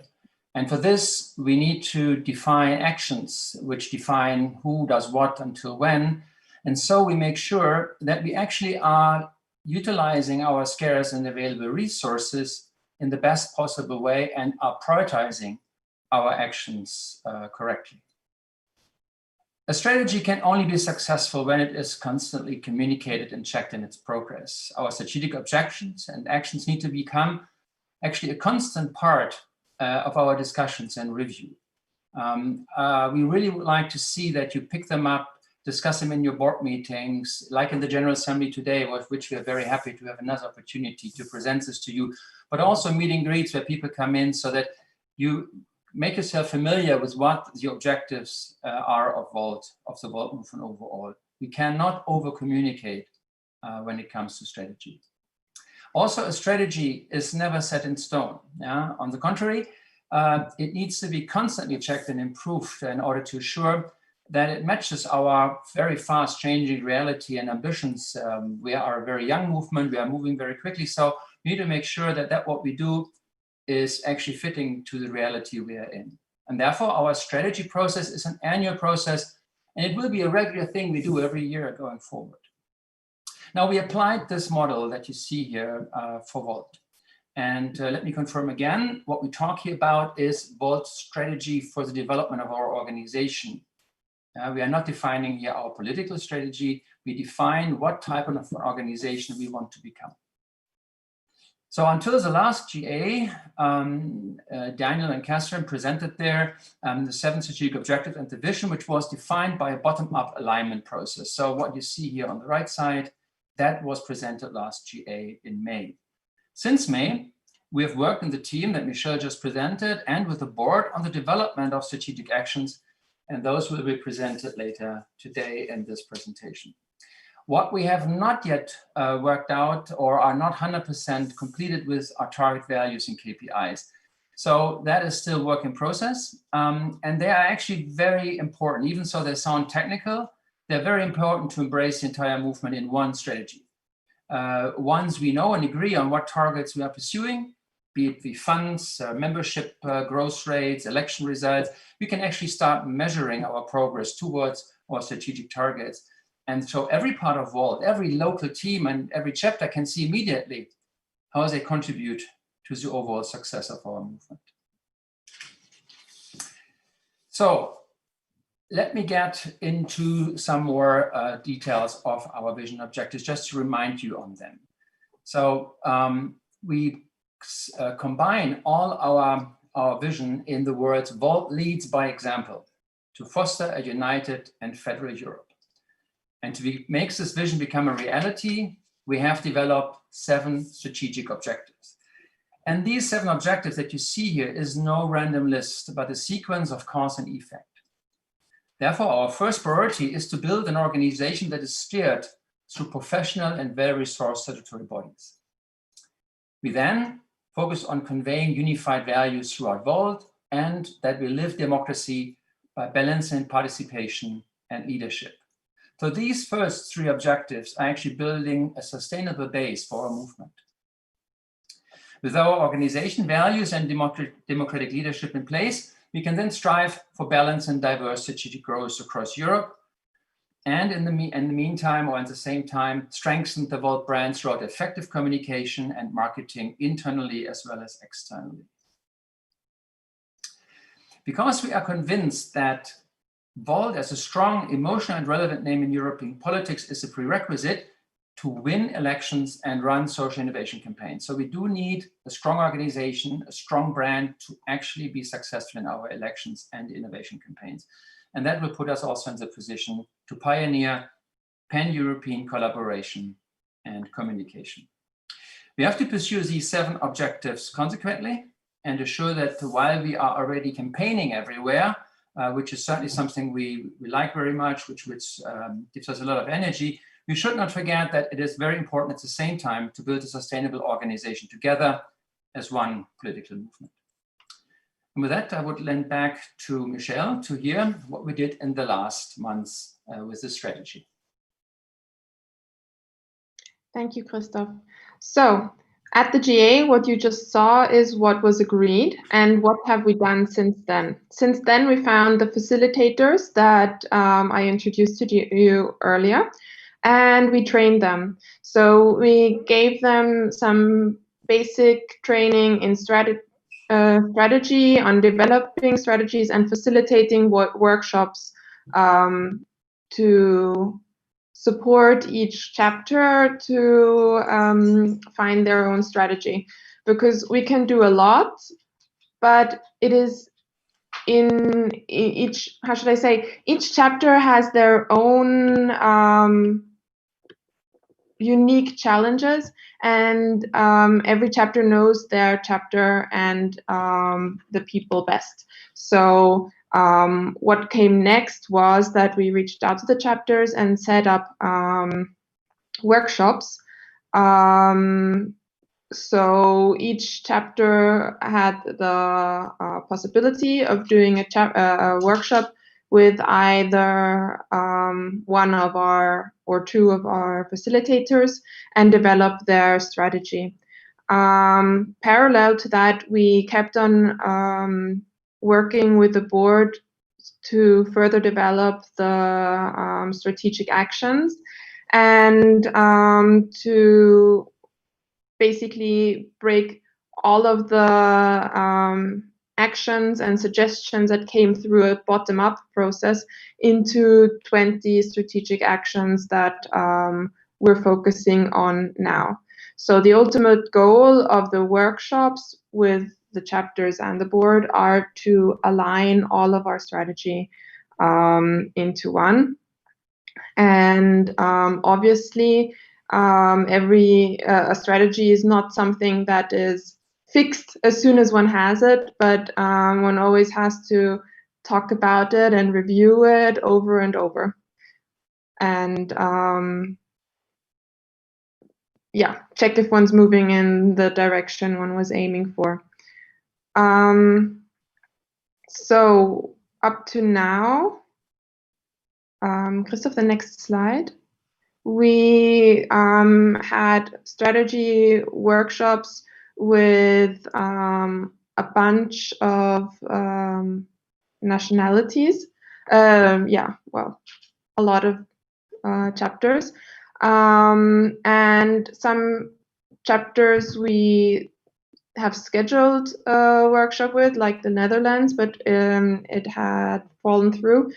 And we are rescheduling. So if you are in a chapter and you know you haven't had a strategy workshop yet, like Bulgaria, Luxembourg, Sweden, Spain, Italy, Switzerland, Czechoslovakia, Czech Republic or Slovakia, sorry, please do get in touch with us. We are very much looking forward to supporting you as well. Back to you, Christoph. Yeah, I think we want to summarize the feedback from these workshops a little bit. These workshops have been, as Michelle already indicated, already very interesting experiences. We had 11 we had 11 chapters, as you could see already. We did already with several chapters 2 or 3 workshops because we realized that the need for actually receiving guidance and defining a strategy is actually quite high. So the very first impression we have is that these workshops are well received and the support in defining a chapter strategy is appreciated. Now, given there are some chapters that are already very well advanced, they don't need that much of our help. So there we are more or less engaged only in matching the strategy that the chapter has already defined with the European strategy that I just presented in vision and objectives. So overall, we have reached out to nearly 77 participants yet, and the discussions we have are really, really good. What we understand is that there is a certain lack of consideration about the long-term development of Volt. You see that in these workshops, everybody is fully engaged in the next 4 weeks, in the next 3 months, in the next 6 months, but beyond that, there has apparently not been that much discussion in Volt teams throughout Europe. So we provide a platform for that type of discussion. And so the workshops, which we might plan for mostly 4 hours, actually only most of the time achieve half of the agenda, which is okay. That's why we are now doing actually 2 or 3 workshops. I know this takes time, but as I said before, we cannot underestimate the importance of having this type of communication. We always realize that in these workshops, questions are raised and the discussion among the participants is coming up where you realize that the participants haven't really thought and talked about this before. They have their own ideas about the long-term development of their chapter, but they haven't really exchanged their thoughts on it. So this is, I think, also an important opportunity for them, and I really hope that that is seen like that by those which have already done the workshop, and I hope that that also motivates the chapters that haven't done it yet to come to us and can do the workshop with us. We have used a tool which we trained the facilitators in, as we explained by Michelle before, and the tool is a beta version. It has some glitches, so yeah, it's not perfect, but I think it really facilitates a nice discussion. It has a little bit of gamification. You can vote, you can move boxes and stuff like that. So I think it really facilitates a nice discussion. It allows us to really have every process, every workshop done in a similar way. And it is seen as a very interactive and actually fun platform to work with. So with that, Michelle, please. Something I still want to add is what we have realized over all of the chapters is that everyone is at a different point in their strategy and their strategy development and the development of their chapters overall. So we must be aware we're all working with very different resources in very different phases of our development. And I do feel we need to be aware of this more as Volt as a whole, to see how we might be able to support one another. But one more thing that I want to add is that I do believe that we're receiving an insight from all of you that already has helped some of the chapters to connect to other chapters and get some support from their end. So, yeah. Okay, so let's come to the last part and kind of like the connection to the next session part of the GA, the actions. So we have defined 20 strategic actions, and right now the board is in the process to assign them to functional teams. The board is certainly also the remaining responsibility type, like a sponsor role for them. But I would like to give you a quick tour before I then hand over to Anouk, who will introduce you how we move on with the session after this. So on this page, you actually see the first three objectives, which are building the base of our movement. So it's about professionalization, where we see 5 actions. And I think Michaela already explained or touched a few on those in her finance presentation before. If you've listened, she was talking about strategies and actions and teams put in place and income portfolio and so on. So that is already underway. We have 2 actions for unifying values, and we have 1 for living democracy. So if we look to the next 4 objectives, we can see that we have, first of all, here the growth point, and that is, I think, what Renier mentioned at the beginning of our GA today, that we are all expansionists. Yeah, here we are actually showing the focus area of the expansion we want to have. We want to expand female members, we want to expand to the east, we want to expand in rural areas, and that all times 10. So I think these are not activities that should be exclusively seen, but that is from a European perspective, the focus areas which we need to make sure the growth, the expansion happens. Then we have certainly the important part of strengthening our branding, especially talking about a narrative, a consistent narrative that everyone involved, every Volter can explain the same stories throughout Europe. I think we all understand how important it is.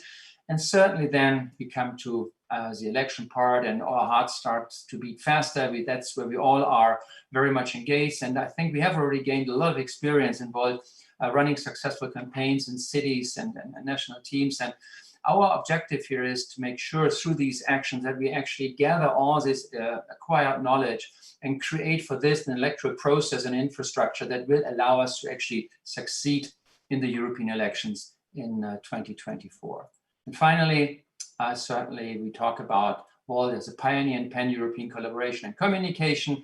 And what I maybe like to highlight here is here's the last point about the European reporter, that one of the actions is to really make the European reporter the #1 communication tool of our movement. So I hope this gave you a good feeling, or a quick feeling what type of actions we really want to do. So not only talking about the future and vision and objectives, but really hands-on doing things. What is behind now needs to be explained a bit more in detail. And for this, I would like to hand over to Anouk.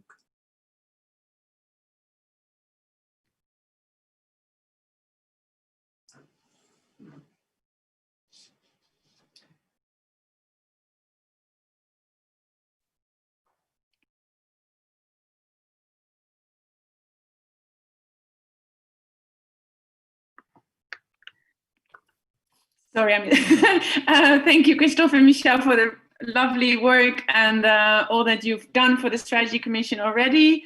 It's amazing to see how it all follows up with the work of the previous commission, and I really am happy to see all of the objectives come to life.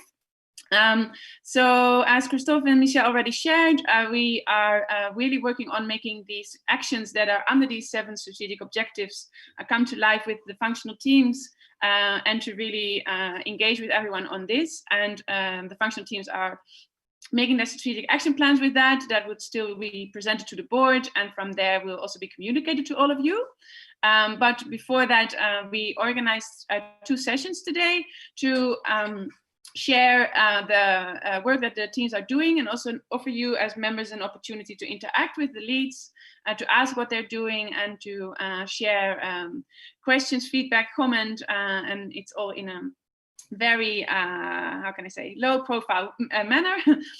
So we've set up a call with Google Meet, and it will be published in Tasker with the links in the messages. And from there, you are invited to join those calls. It will not be streamed live because these are individual talks, but you can join the calls. And the goal is for you to join for 50 minutes in one round.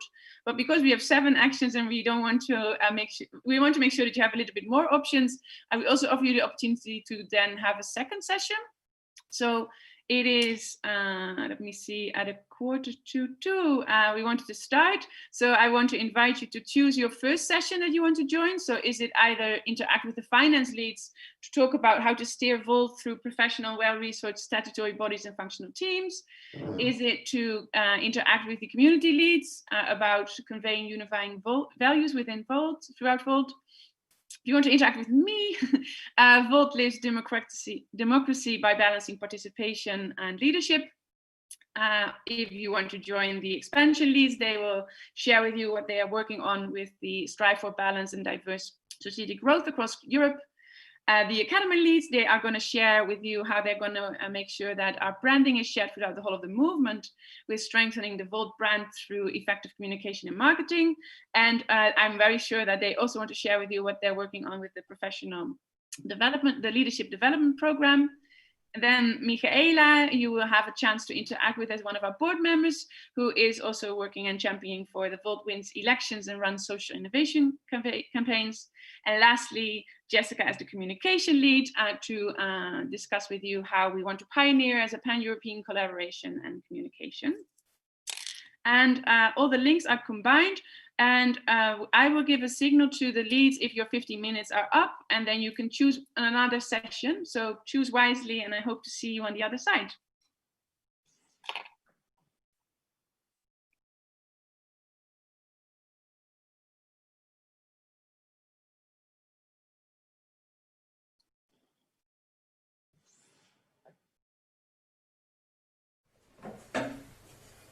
Hello everyone. My name is Tim Pasch, and I send you the warmest greetings from Münster. We took part in this year's election in North Rhine-Westphalia and got 2 seats, 2.6% of the total vote, which means 4,000 votes in total. We are very happy and excited, and we are looking forward to the upcoming term and everything that comes along with this. We will try our best to implement everything that we worked for and put everything into practice that we worked out in this beautiful program, which is, by the way, available in 6.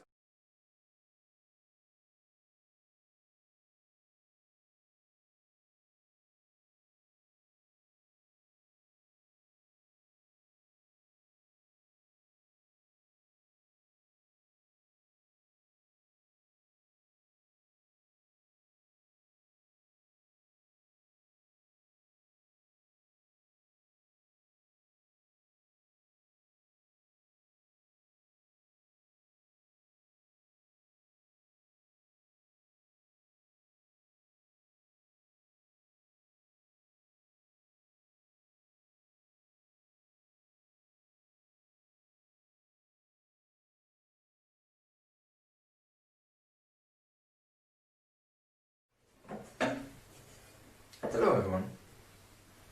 My name is Tim Pasch, and I send you the warmest greetings from Münster. We took part in this year's election in North Rhine-Westphalia and got 2 seats, 2.6% of the total vote, which means 4,000 votes in total. We are very happy and excited, and we are looking forward to the upcoming term and everything that comes along with it.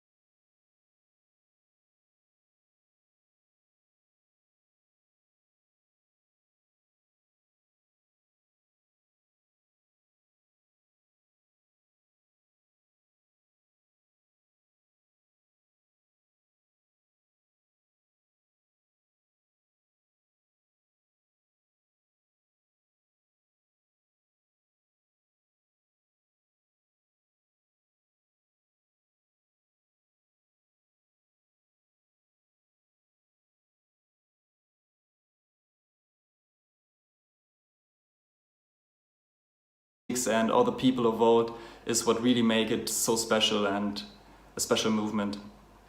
I hope you're all healthy and safe, and I hope you all enjoy our General Assembly. See you!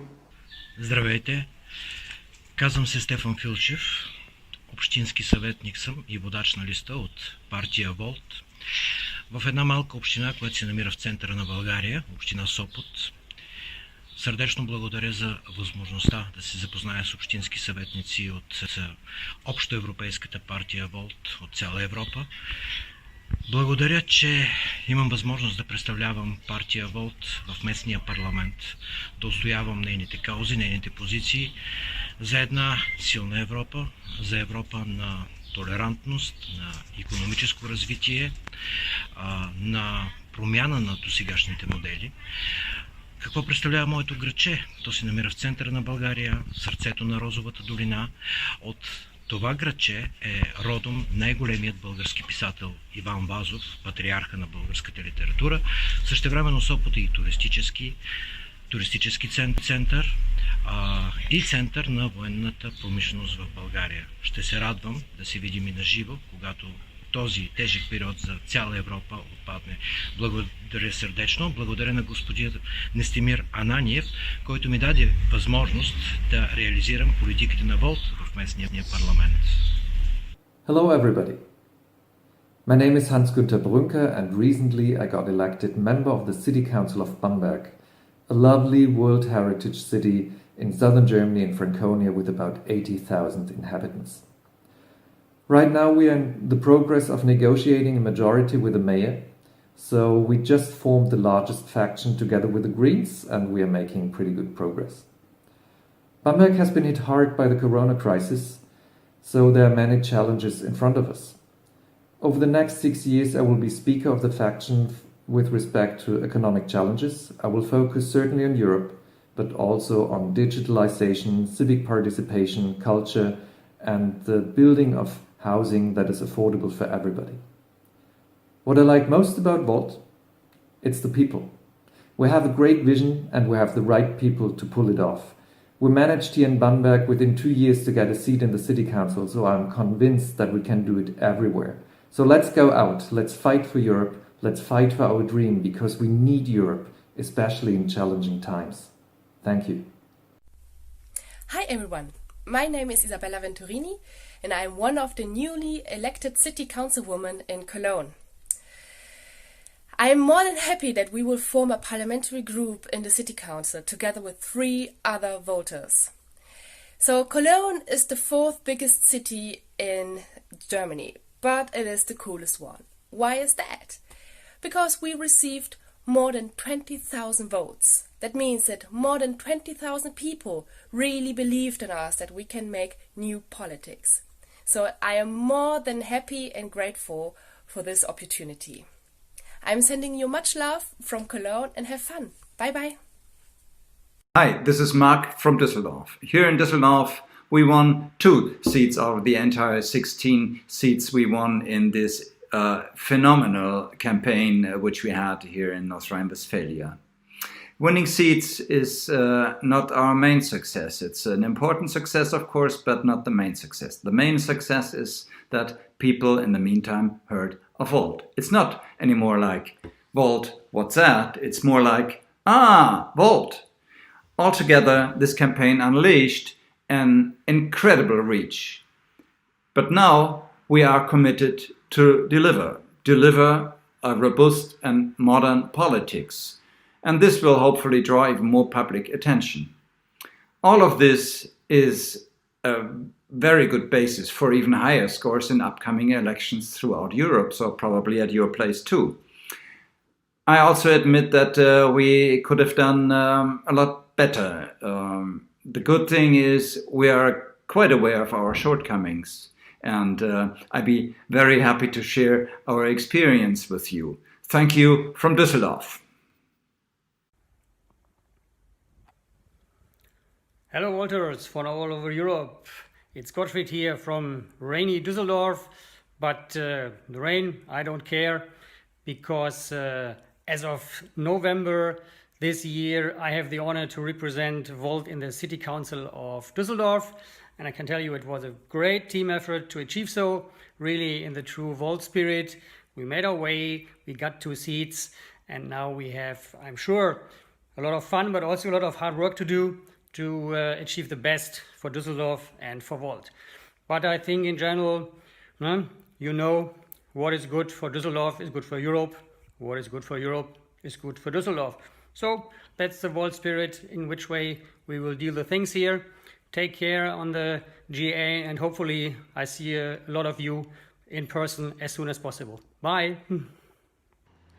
Hi, Volt Europe! We are Here's Volt Volt Bonn. Bonn. I'm Friederike. I'm Beate. And I'm Dominic. And we've been elected to the Bonn City Council.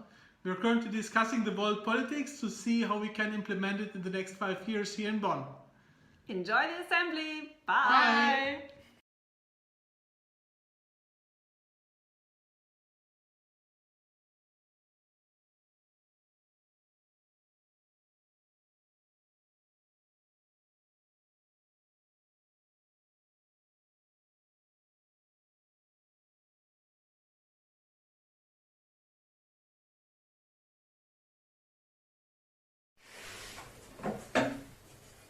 Hello everyone. My name is Tim Pasch, and I send you the warmest greetings from Münster. We took part in this year's election in North Rhine-Westphalia and got 2 seats, 2.6% of the total vote, which means 4,000 votes in total. We are very happy and excited, and we are looking forward to the upcoming term and everything that comes along with this. We will try our best to implement everything that we worked for and put everything into practice that we worked out in this beautiful program, which is, by the way, available in 6 other languages, which was only possible with the help of many of you guys. With this, I can only remain by wishing all of us a pleasant and productive GA, and I want to remain with one final advice for you, and that is that you always stay true to yourself, keep calm, and don't take yourself always too seriously. Goodbye, everyone.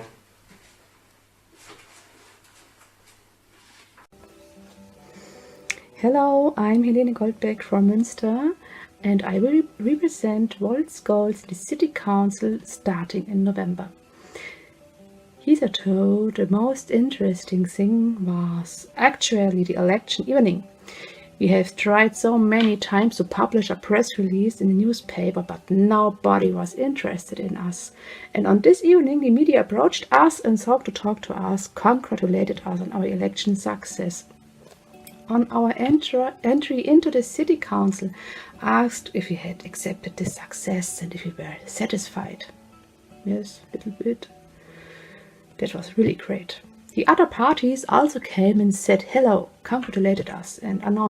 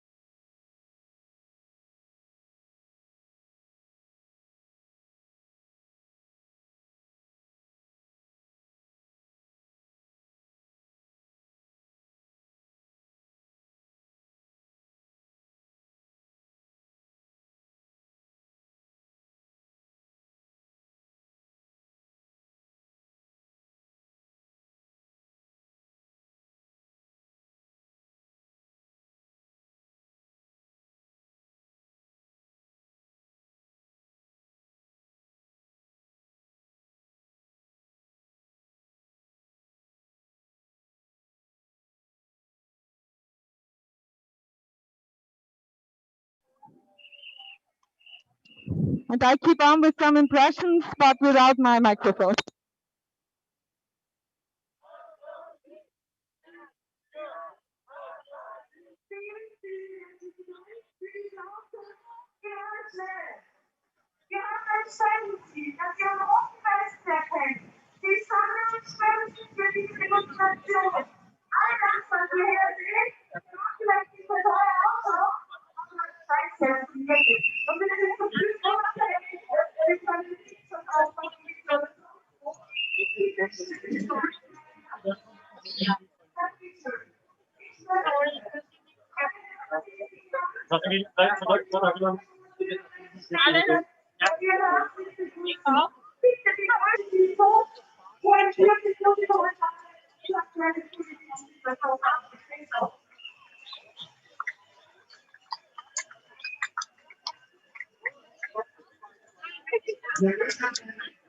Okay.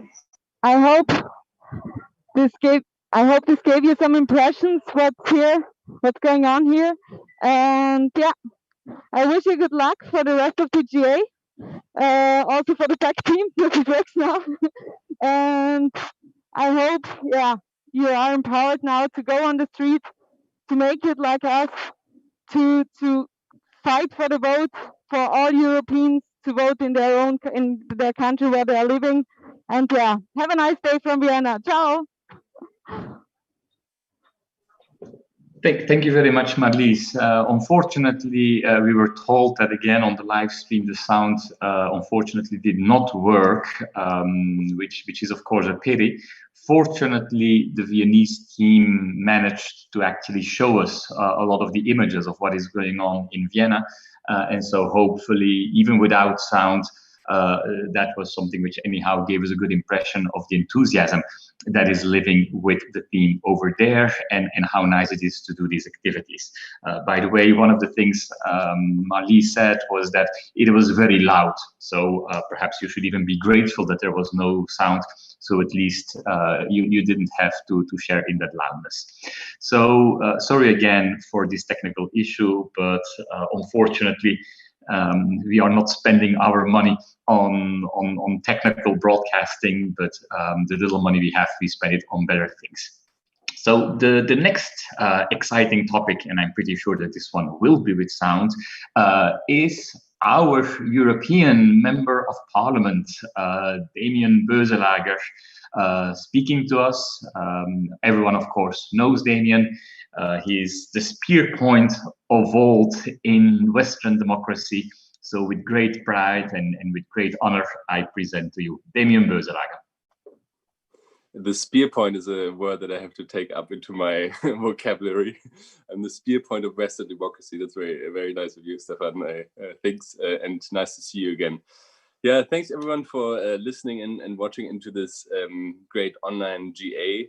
I'm very happy and honored that I can give you the last words. I was, the last days thinking a bit more, also since the North Rhine-Westphalia elections, about, what is actually Volt's core spirit. And we have been talking about it a lot, but it's honestly, I think for me to get active and to not just sit back on your sofa. I'm now sit back on my sofa, so it's funny, but not to just, watch things happen and, maybe complain with friends about the issues that are out there and feel frustrated but understanding that you can actually do something about it. And the way that we structured this movement and this party is exactly by running for elections and trying to be in the positions to influence something, and by activism and by doing things. And I think in recent days, actually, we had such beautiful examples of what that could look like. One side, you had the North Rhine-Westphalia elections, where I was very lucky to see and visit at least some of the teams before, and where we honestly had, I think, a great result.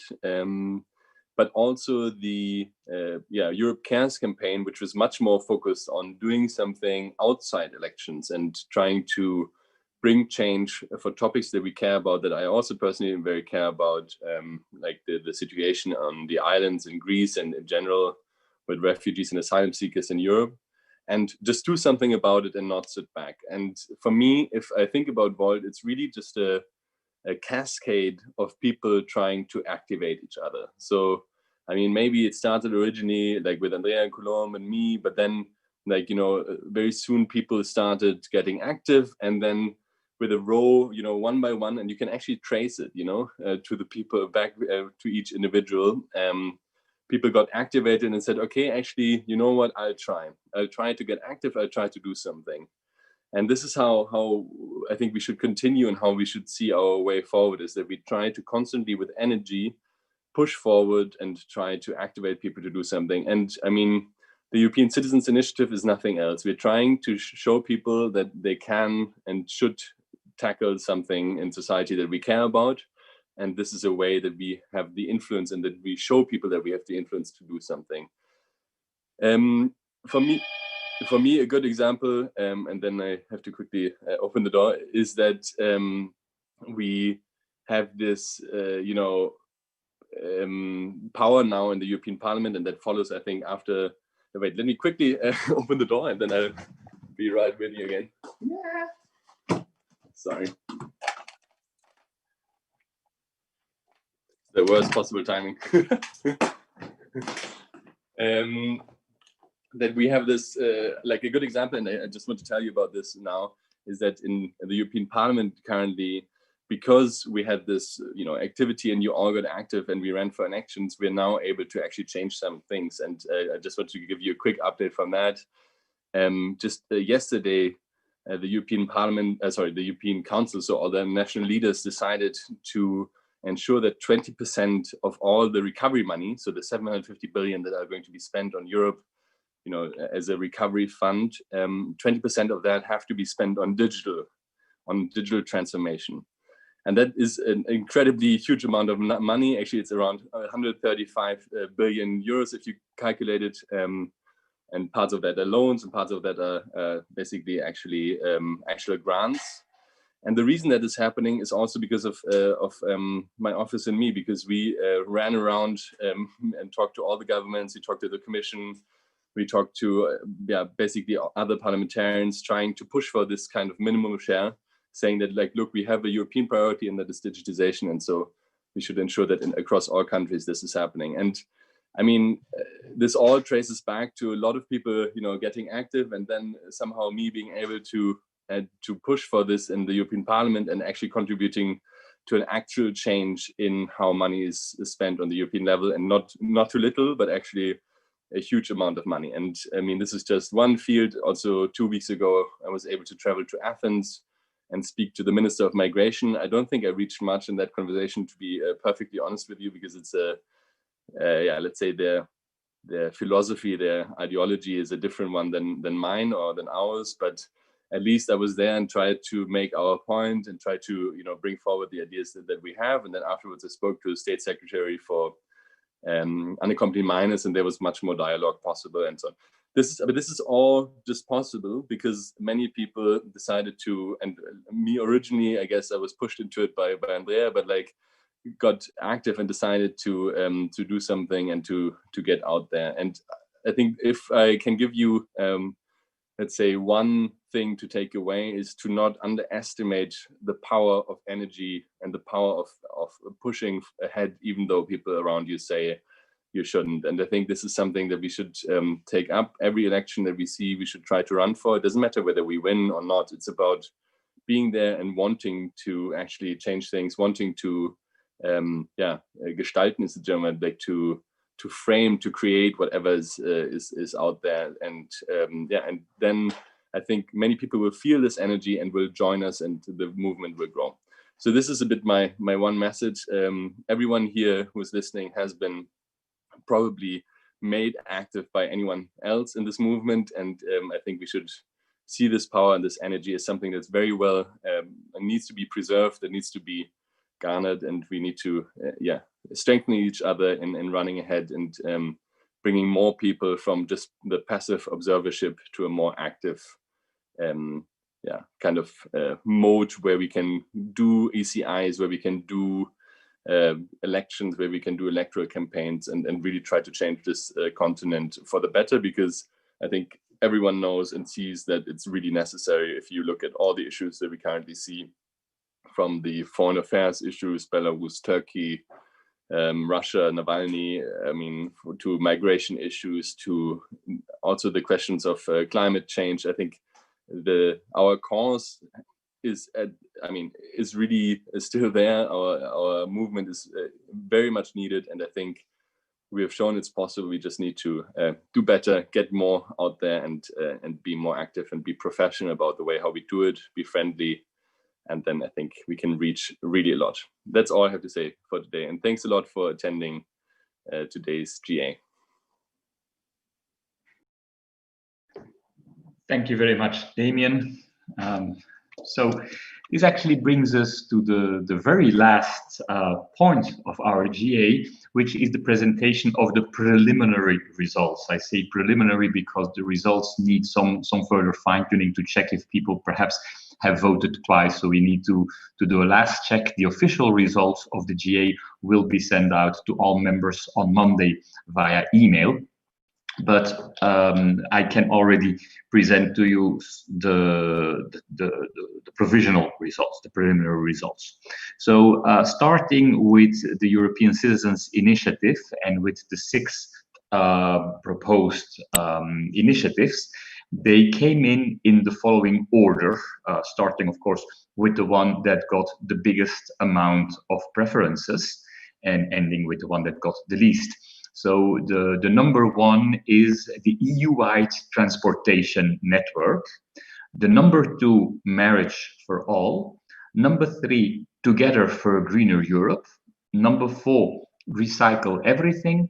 Number 5, the EU-wide digital learning platform. And number 6, sustainability label for products. So the one that got the most votes is the EU-wide transportation network. Number 2, marriage for all. Number 3, together for a greener Europe. So probably we will further elaborate on those initiatives going forward. The vote on the budget, there we have an approval of the budget, and I must say that the numbers are so convincing, the preliminary numbers are so convincing that I do not expect anything to change here once we get to the final numbers. And the same applies also to the amendment of the policy process, which has also been approved by the members, I would say, with an overwhelming majority. So also on this one, we really should not be expecting any big changes once the final vote has been checked. So this brings us to the end of our GA. I want to take the opportunity to actually thank the huge team of people that have been working very, very hard in order to make this GA work.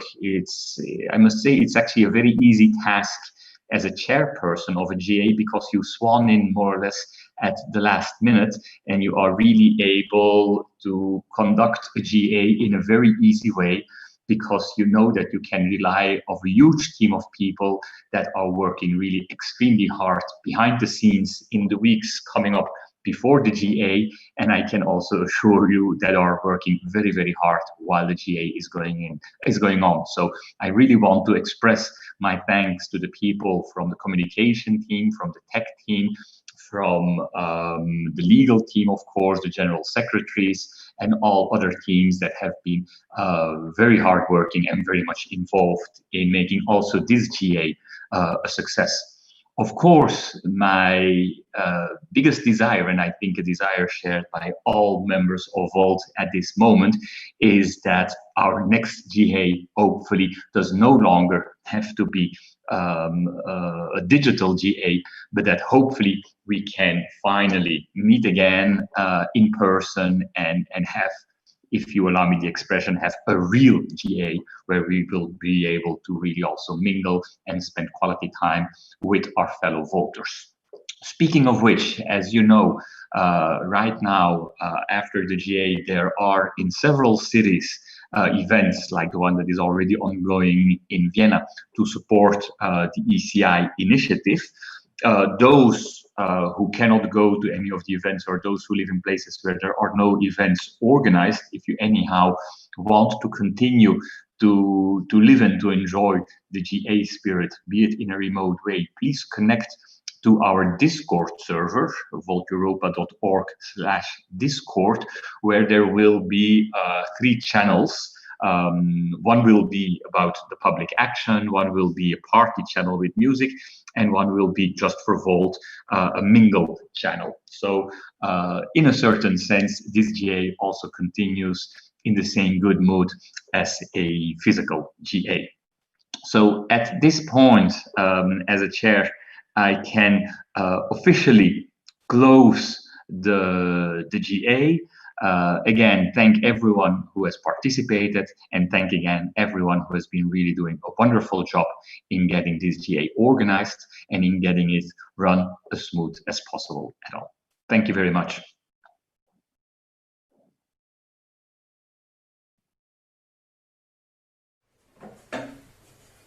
Hello everyone. My name is Tim.